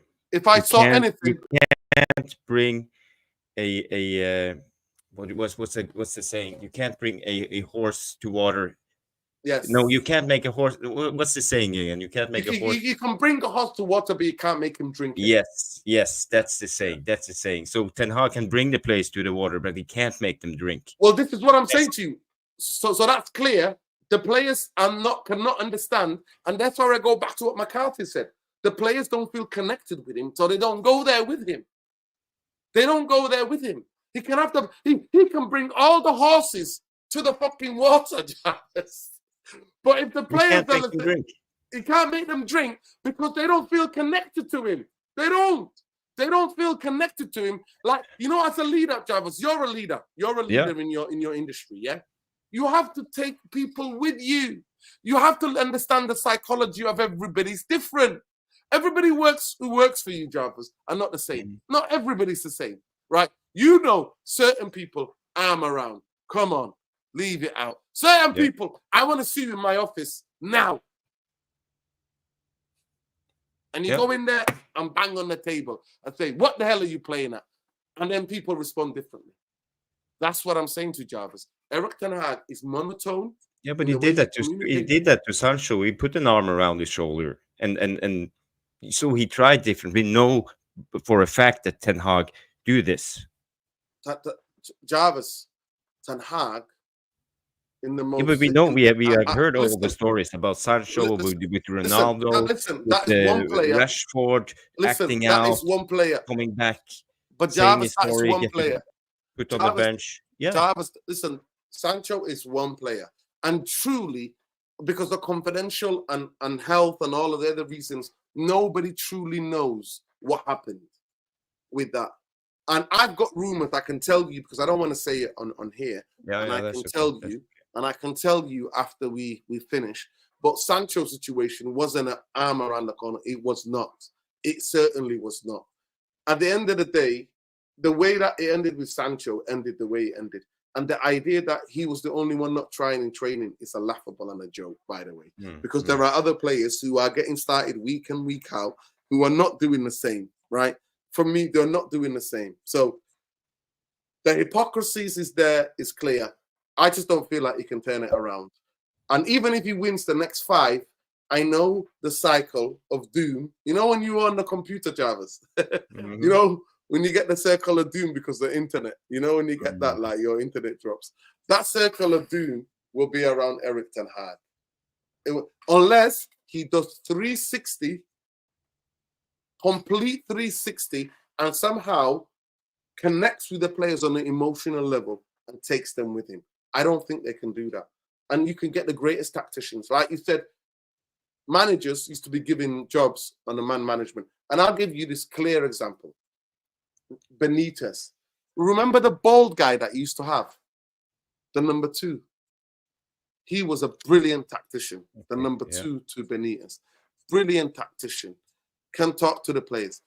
And you know what? He can actually emotionally also. He's working for somebody now.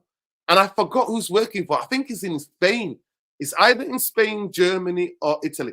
One of these places he's working. I saw him. And oh my God, I forgot what team he's working. I'm like, wow, he's still working. And Liverpool fans were like, oh shit, what's going on? And do you remember on the clock, they had somebody similar and he left. And Klopp got some of the guys in, but still continued the same way. So at the end of the day, unless Ineos bring somebody who can literally help Erik ten Hag how to take players, connect with them, so that they can't fucking drink the water. You know what I mean? That clean, beautiful water that's come from the mountains that is so good for you, right? Then I don't think it's going to work. So for me, we could win Bradford. He could win the cup games and those games that Manchester United should win because we've got better players than those teams, and we're better players than those teams. And our record in the last 30 years is showing that we're better than those teams. Can do that, but when it comes against the big boys, that doom of circle, we'll be back. We'll be back. And that's why I'm saying, cut your losses right now. Either go on, act like a fucking big club, go and get someone like Thomas Frank, snatch them out of Brentford, right? Go and do something big. You know how they did, you know, when they got Lenioro, even though he was a Real Madrid guest at the Champions League final at Wembley. You know, do something like that. Go and get the manager that Ineos that you want, right? The manager that you want, go and get him. Or but if he's not available and you only have Tuchel and no, Southgate or whoever. No, Javis, but this is what I'm saying to you. Like, Erik ten Hag, for me, in my mind, I'm checked out. I'm done. And some of the players are as well. And majority of the fan base who go to the stadium are, Javis. They've checked out. We've emotionally left, right? That's what I'm saying to you. You need to go and think about an interim. Whether it's Rude or it doesn't, an interim that can get you there till you're going to be able to get that manager in the summer. That's what I'm at. I don't care if it's. But if you get in an interim, Nurdin, have you ever thought about it's like letting a lot of these players off the hook? No, because this is what I'm saying to you. No, Javis, is not, because this is what I'm saying to you. Before, we used to have the Glazers, we used to have a guy called John Murta, and we had a banker. Now, Javis, we've got Mr. High Dodgy Performance himself, Dodgy Dave. He calls it the marginal gains. He's like some sort of philosopher with a marginal 1%. gains. Yeah, 1%. You've got Ashworth, who's got a rich history of working with players, younger players, and with England and developing the St. George's thing for England. You've got Jason Wilcox, who's worked at Man City. And then you've got the CEO, most importantly, CEO who says, if you think you can take the piss out of the football club, you'll be gone after 2 years. Omar Barada. So it's time for those boys, Javis, to earn their money. Now, I would 100% agree with you if it was the old regime. This new regime, they've been on camera saying, Omar Barada, our CEO, has been on camera saying, make sure players do not take the piss, because the reports that are coming, they're coming quarterly in his desk. Technical director, director of football are watching. Where they're based? Where is Wilcox based? In Carrington. Where is Ashworth based? In Carrington. You've got Eric Ten Hag's office here, Jarvis, yeah? Office here.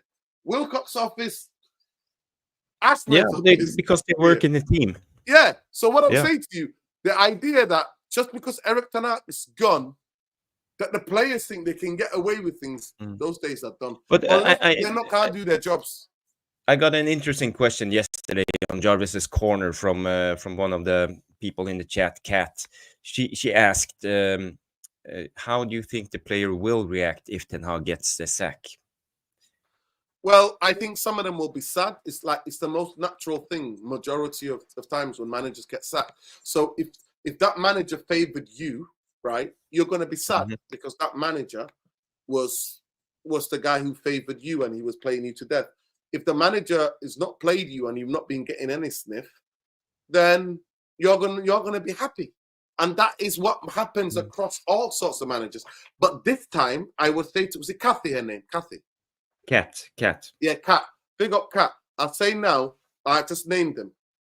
CEO who's on camera saying, if the players are misperforming and are not putting in what's expected of them, then they're not going to see a second year or a second year. They're not going to see that. That's Omar Barada. He's on tape talking about Man City players. We get rid of you.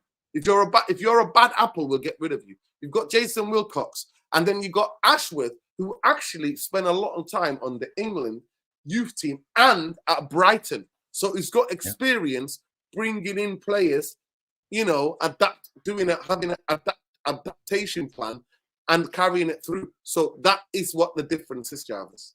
That is the difference. And we saw what Ashworth, one thing we say about Ashworth, what was happening at Newcastle, as he's the sporting director, he's working closely with Eddie Howe.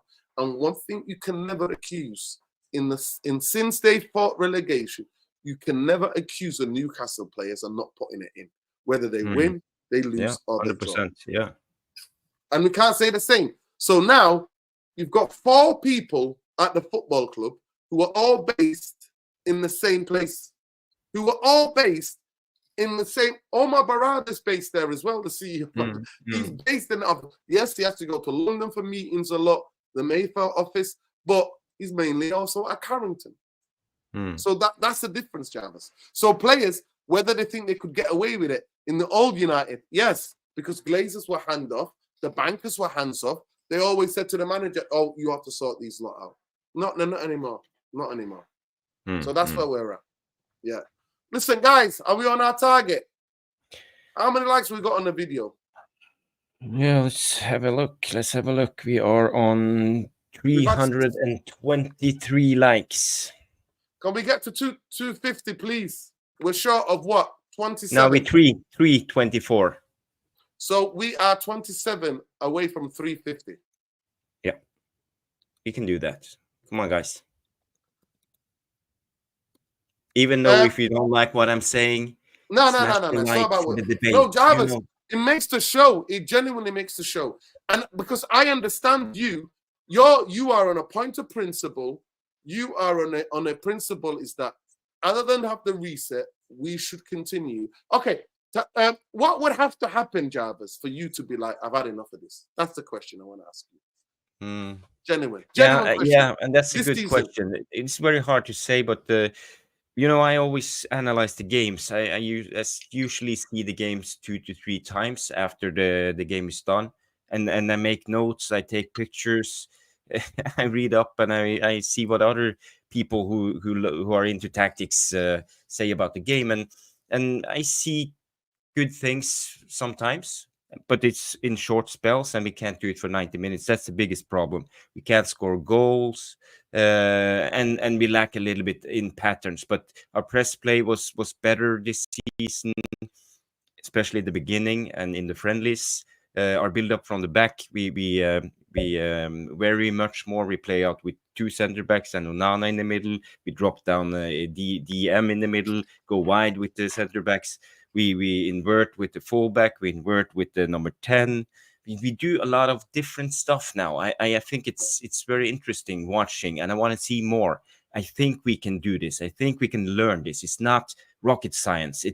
But it's difficult, but it's not rocket science. And I think the players after a while will grasp it, will understand what it means to interchange. What do you have to do when the central midfielder drops down to the left back? Where is Rashford supposed to be? Is he supposed to be in this position? Should he meet the ball? Should he, so they have to learn these patterns, but it takes time. And for me, I think they can do it. I believe in Ten Hag in a way. I believe in what he's doing, because he's doing the same things that a lot of the other big managers are doing. Thiago Motta, Michel, Postecoglou, even Pep. I see a lot of the similar patterns. So why can't we do it? I believe we have a chance, but it will take time. And a lot of these players just need to create relationships, need to play together more to understand. Kobe Mainu need to get to know Ugarte. I think we need a proper left back. I think that's a problem at the moment, because Dallo, he will do as a solution for an emergency, but he's not a left back. And I think we need to dictate the tempo better and take down the tempo in our attacks. And this is where the key is Bruno. And I don't know what to do with Bruno. He's my biggest headache at the moment when it comes to this Man United team. So, well, Javis, yeah. But No, that's the question. When I don't see things that will give me optimism about the future, I will stop supporting Ten Hag. Fair enough. And I think your thing's not even support for Ten Hag. It's just that you also believed in the party principle of giving somebody time. For me, I don't see anything. But I believe because it's difficult. What Ten Hag is trying to do is very difficult. So we will take time from a footballing aspect. Yeah, I personally believe that everything I'm seeing is inconsistent. It's very inconsistent, and I don't see the biggest draft against him is that the in-game management is zero par. Yeah, it sucks. His in-game management is terrible. I agree with that. And for me, you can set a team up, whatever. Of course, you're playing against another team who are professionals, but when they're doing certain things to your team, you need to help your fucking team out. You need to change certain things. And he doesn't. He just stands there, Javis. I was at Old Trafford and I watch him and I'm just like, what the fuck are you doing? So for me, there are levels to this. And what's one of the biggest reasons for me that I don't see him. I don't see him. But and I genuinely do think he overcomplicates the football. I 100% believe that. And just from my own opinion, from what I see, he overcomplicates certain things. And what he needs to do, the best coaches, Jarvis, are the best communicators because they make the hardest thing, Jarvis. Like you had the best teachers. They would make the hardest math equation the easiest for you. So they would give you point by point how to get there, to get to the equation. Erik ten Hag has the equations, but the route to communicating those equations to the team are no longer there.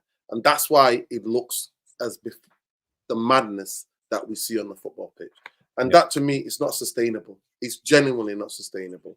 And I think that the thing about Inza, I think he can get his job somewhere else and he can actually rebuild his career. I think his football suits more the German model. He speaks fluent, right? He can never be misunderstood in German. He actually speaks. I was watching a video when he was at Bayern Munich the other day, and if you speak, you heard him. You can he find was at Bayern Munich. He was the assistant coach. Or he speaks under 21 coach. He speaks fluent German. You don't even think he's Dutch. You think he's German. When he speaks English, all the Dutch speak with like a little bit of an accent. He's speaking German, and you think this guy, he speaks exactly the same German as when I lived there, hearing that German. But it is what it is. Big up everybody. Can we reach that yet? Have we reached the likes? Let's. Ooh. Right, we're not there yet. We're not reached it. I think we're 5 away. One more like. 5 away, yeah. 5. 5 away. Yeah. Well, let me just see what Mick is saying. Big up Mick. He says, after the interpolate, it's squeaky bum time. No excuses. We need to start winning, or else Xmas will be the sack. Actually, we've got another international break, actually, in November. We've got the November. Why didn't United listen to Luis Enrique about Gatti not being a good player? To me, I always said Manchester. I stayed consistent, and Javis is my witness. I said Manchester United needed 2 midfielders, one guy who can help to stop the transitions, and another guy who can get on the ball and actually help us play out. So I've been consistent on that, and I think it's really bad to judge a player this soon. I'm not judging. I can't really make any way judgment. too soon. And he's young. He's young. Yeah, and in a team that's struggling, I'm not judging him. And in a league that's the most physical, I'm not judging him. I'm not judging him. I'm gonna have to see him play 15, 16 games for me to have an opinion. I'm talking about consistent games. Yeah. Yeah, in that position. Yeah, and in a way we are way too quick judging players. Look at Eriksen, for example. We wrote him off long time ago, and now he come back. I think he's been brilliant this season. One thing, Javis, we always knew we might have wrote enough in terms of that his fitness is a problem, and defensively he's quite on a transition. Yeah. He gets caught. But nobody has ever come on this channel or in the chat ever wrote enough the quality of player he is when he's a ball player. Eriksen is nobody. Actually, loads of fans have always said, get Bruno out of this fucking team and put Eriksen there. And we don't mind him being up the pitch. We've said that. Every one of us have said that. We want to see Eriksen up the pitch more than we want to see Bruno. Because I actually believe we'll keep the ball more. Barella, I wanted Nuruddin since last season instead of Mount. Oh, God. Well, Barella is a brilliant. I think Barella is untouchable. I think Inter, he's off the market. I actually used to think that. I think Tonali leaving has made me think. The money's bigger now, Javis, in the Premier League. The biggest eyes are on the Premier League. Italy is not the most watched league. It's not. And certain players want to challenge themselves. He's won the league so many times. He's won the cup. He went to a Champions League final. If Manchester United were challenging, I think he would be a kind of player to get. Big up, people. Listen, we've reached it now. It's been consistent. Big up to everybody who subscribed to the channel. I think we are 70 subscribers short of 11,600. We're doing really well with the consistent content. Big up to Javis, big up to Tom, and big up to everybody who contributes. Big up Man UFC Realist TV. Make sure you go and check out that channel and subscribe to the Man UFC Realist TV. Make sure you check out Javis Corner, 2-hour show last night. If you want more content, him, Stu, 2 Tom hours, broke it down. Abby. Yeah. I watched almost some of 3 it. hours. Actually.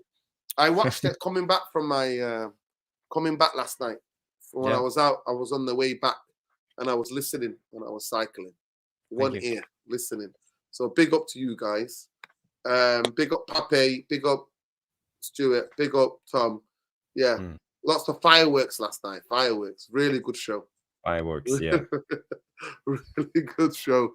And Elite Baller came on the last hour. And yeah. Big up Elite Baller. Yeah, big up Elite Baller. And please go and subscribe to Elite Baller's channel. The Elite Baller 2003, if I'm not mistaken. Big up.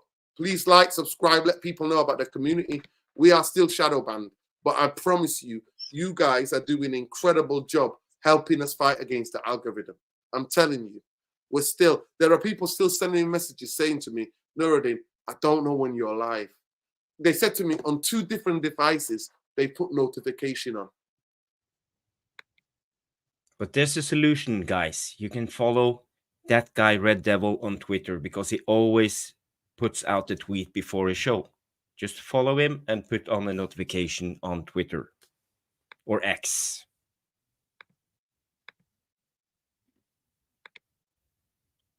There you go. There. It's there. But big up to everybody. Big up to Tom. Big up to Saeed. Yeah, go and check out the Mandem Talk today. It was on at 5 o'clock. I jumped in for a little bit, but I had to go to a meeting. So big up to everybody. Love and light. Yeah. I saw a film. What film did you see? I like the chat sometimes. What film did you see? Hey, there's a film called Overrun. Very good film. It's about mental health and self-medication. Overrun. Oh, Joker 2. Joker 2 is out. So, but I'm not seeing Joker. I'm not seeing the Joker 1. I'm not seeing the first one. Did you see the first one, Javis? Yeah, I saw the first one. That was okay. You know, what's the guy playing the main character, Joaquin Phoenix? Yeah, he's a brilliant actor. He's a good actor. The Outrun, sorry, not Overrun. The Outrun. The Outrun is the film I'm talking about. The Outrun.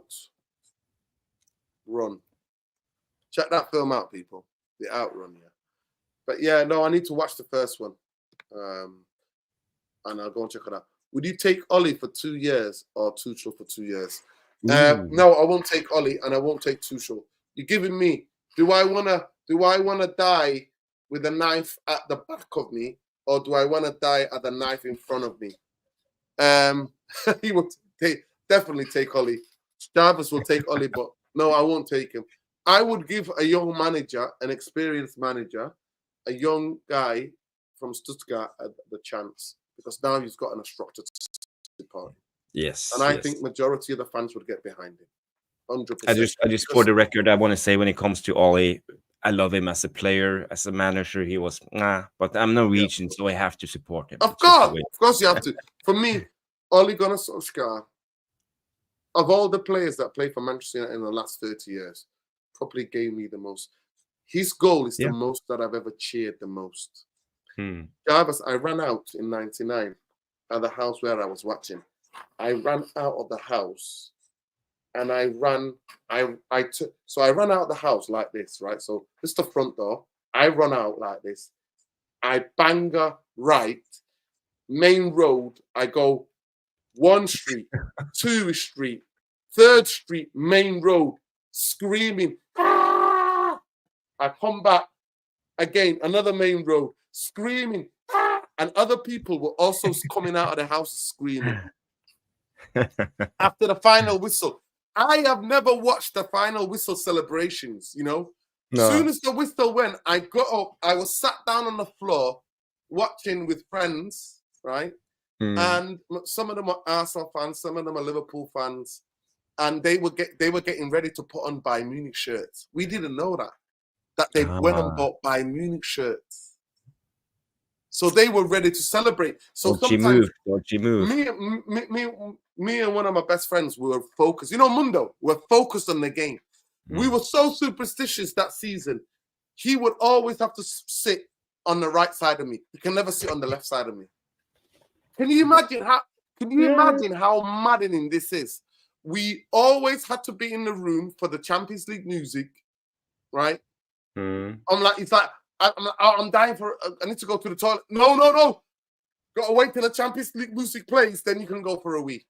You have to sit on this side, right? We always sat next to each other. If somebody came between us, no.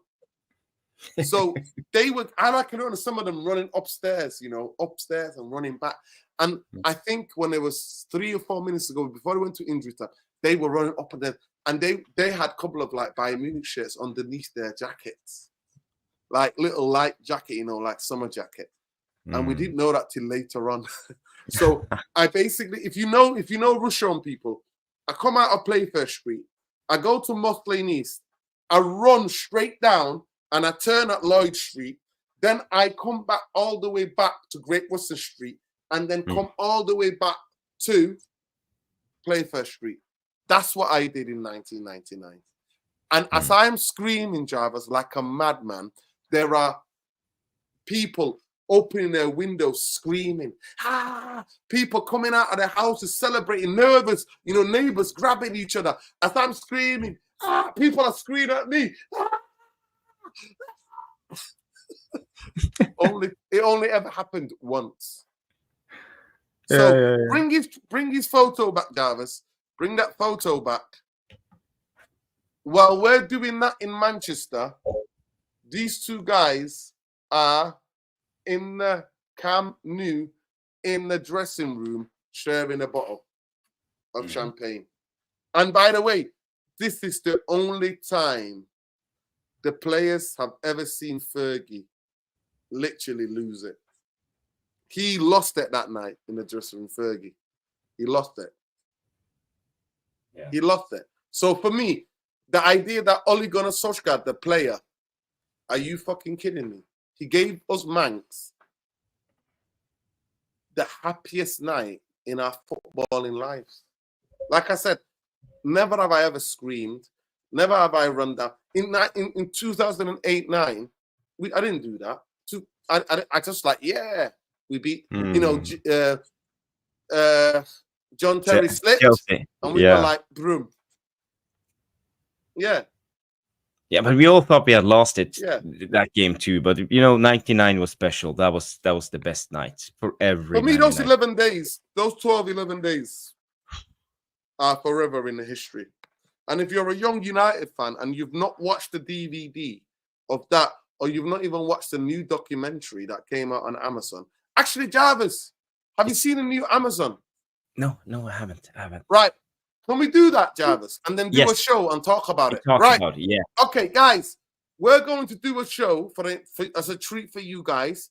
Me and Javis are both going to watch the 99 players interviews on Amazon, right? Mm-hmm.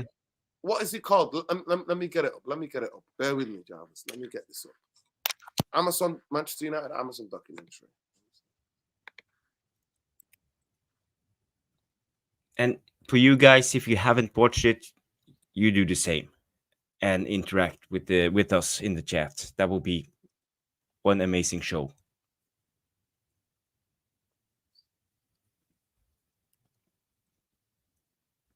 Yeah, see, lower class promises. I saw a bit of it last night. Yeah, big up.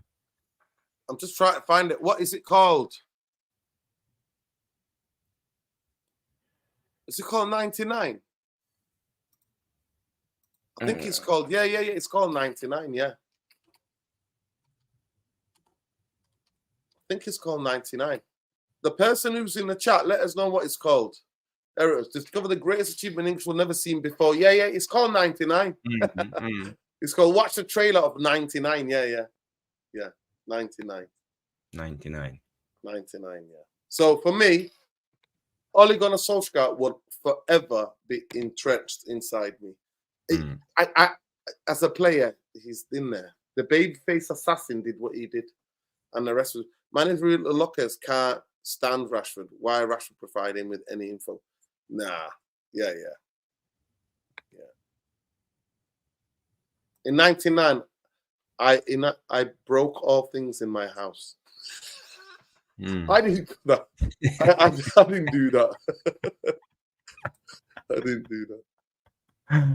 I was at the bar that night, and the game was going on a big projector. What was Norway like? This is it. What was Norway like? Yeah, but most Norwegians they have two teams. It's either Liverpool or Man United. So at the bar, it was mainly Man United supporters. There were one Bayern Munich guy there with a Bayern Munich shirt, and when we scored the winner 2-1.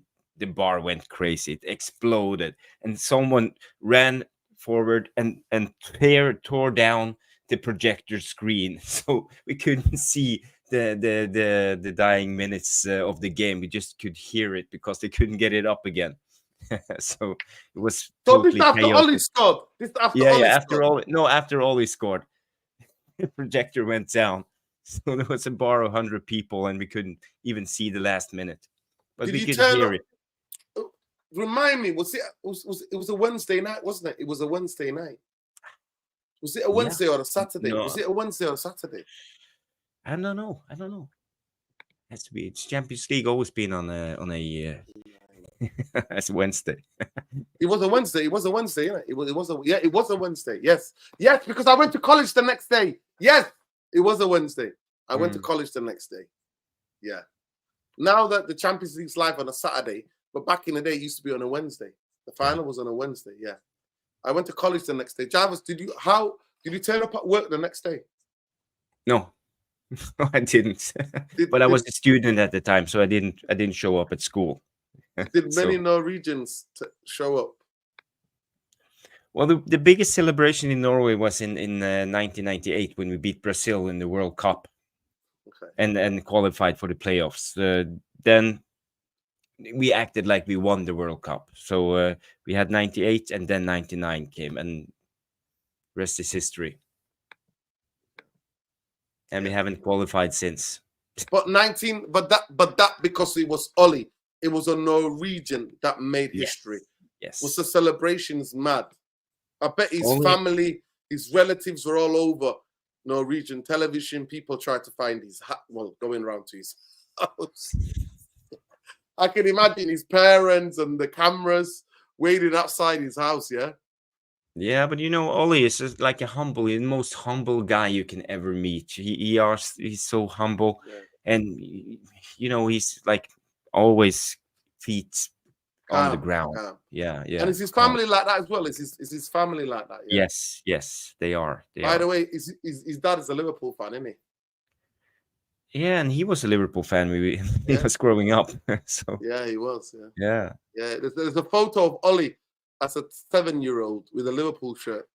Yeah. Facts. As I tell you, you're either Man United or Liverpool. That's the two teams in Norway. Where is he from? How far is he from you, where you are now, Javis? Oh yeah, that's in I think it's Kristiansund. It's near Molde, so that's in the middle of Norway. I'm in the northern part. There you go. All right, lovely people. You got 2 hours.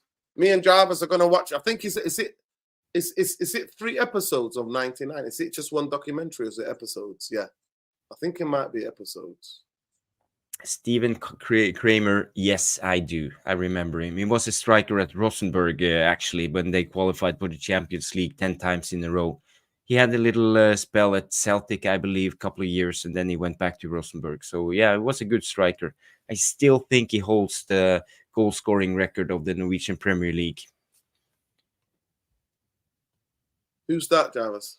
That guy, Harold Bratbach. Okay. He played for Celtic. Wow. Yeah. There you go. Right.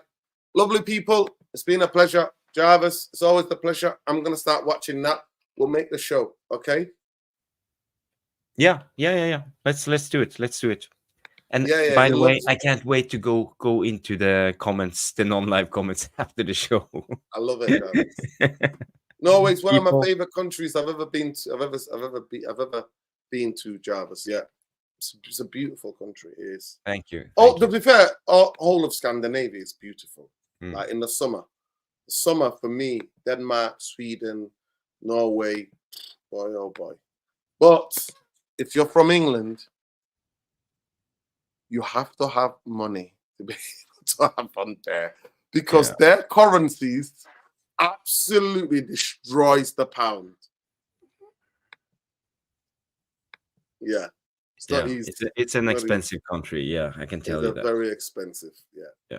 It's very expensive. Big up, love and light. Make sure you follow Javis Police77. Javis Corner Monday nights 9 o'clock. Man UFC Realist TV. Big up Tom. Make sure you follow Saeed. Tom Journalist 1. Tom. Make sure you follow Saeed across all social media. Saeed TV. Make sure you follow me on Twitter. That guy, Red Devil, always posts the shows. Big up to Man UFC Realist TV. It must be incredibly late in Thailand. Good night. And make sure you check out Elite Baller's channel. The Elite Baller 2023. Big up. Love. Take care, people. Ooh. Free Palestine. Ooh. Free fucking Palestine. Free the Congo. Free Sudan. Free Ogaden. Tiggery. Solidarity with Haitians. Solidarity with anywhere in the world where people are struggling and people are being oppressed. Anywhere in this world. Solidarity with those people. Fuck Zionism. And I'll say win, lose, or draw. Dodgy Dave and the quarter sexuals. You're a fucking joke. You're nothing but 2-bit glazers. Jim, you're still a rat, will always be a rat. Full sale only. Fuck Joe Glazer. And Ten Hag. Or Well, I actually haven't got anything personally against him. Him and his missus were really nice. I wish him the best, but not at Manchester United, obviously. Yeah. Ta-da! Ta-da! big up. Enjoy your beer. I'm sure he's having a nice glass of red now in northern Netherlands, in northern Holland. Big up. Love and light, people. Take care. And by the way, I always have to big up the Celtic fans. The most humane, most powerful solidarity in the world. The people that make us proud to be football fans is Celtic fan base. They are absolute warriors. And one of them is in our community. Big up to Celtic Football Club and the Celtic fans for their undeniable solidarity with the people who are oppressed in this world. Free all the oppressed people. Facts. Love. Hey. No, fuck Celtic, Peter. That's a yellow card on this channel. Yellow card. Yes, I did see it. Of course I did. But I also saw the German police beating the Celtic fans up. Nazi German police. Because that's what they've become now. They've gone back to their roots. Rangers. There you go. Up the Celtic. Up the Celtic. Big up. Take care. Love and light. Peace.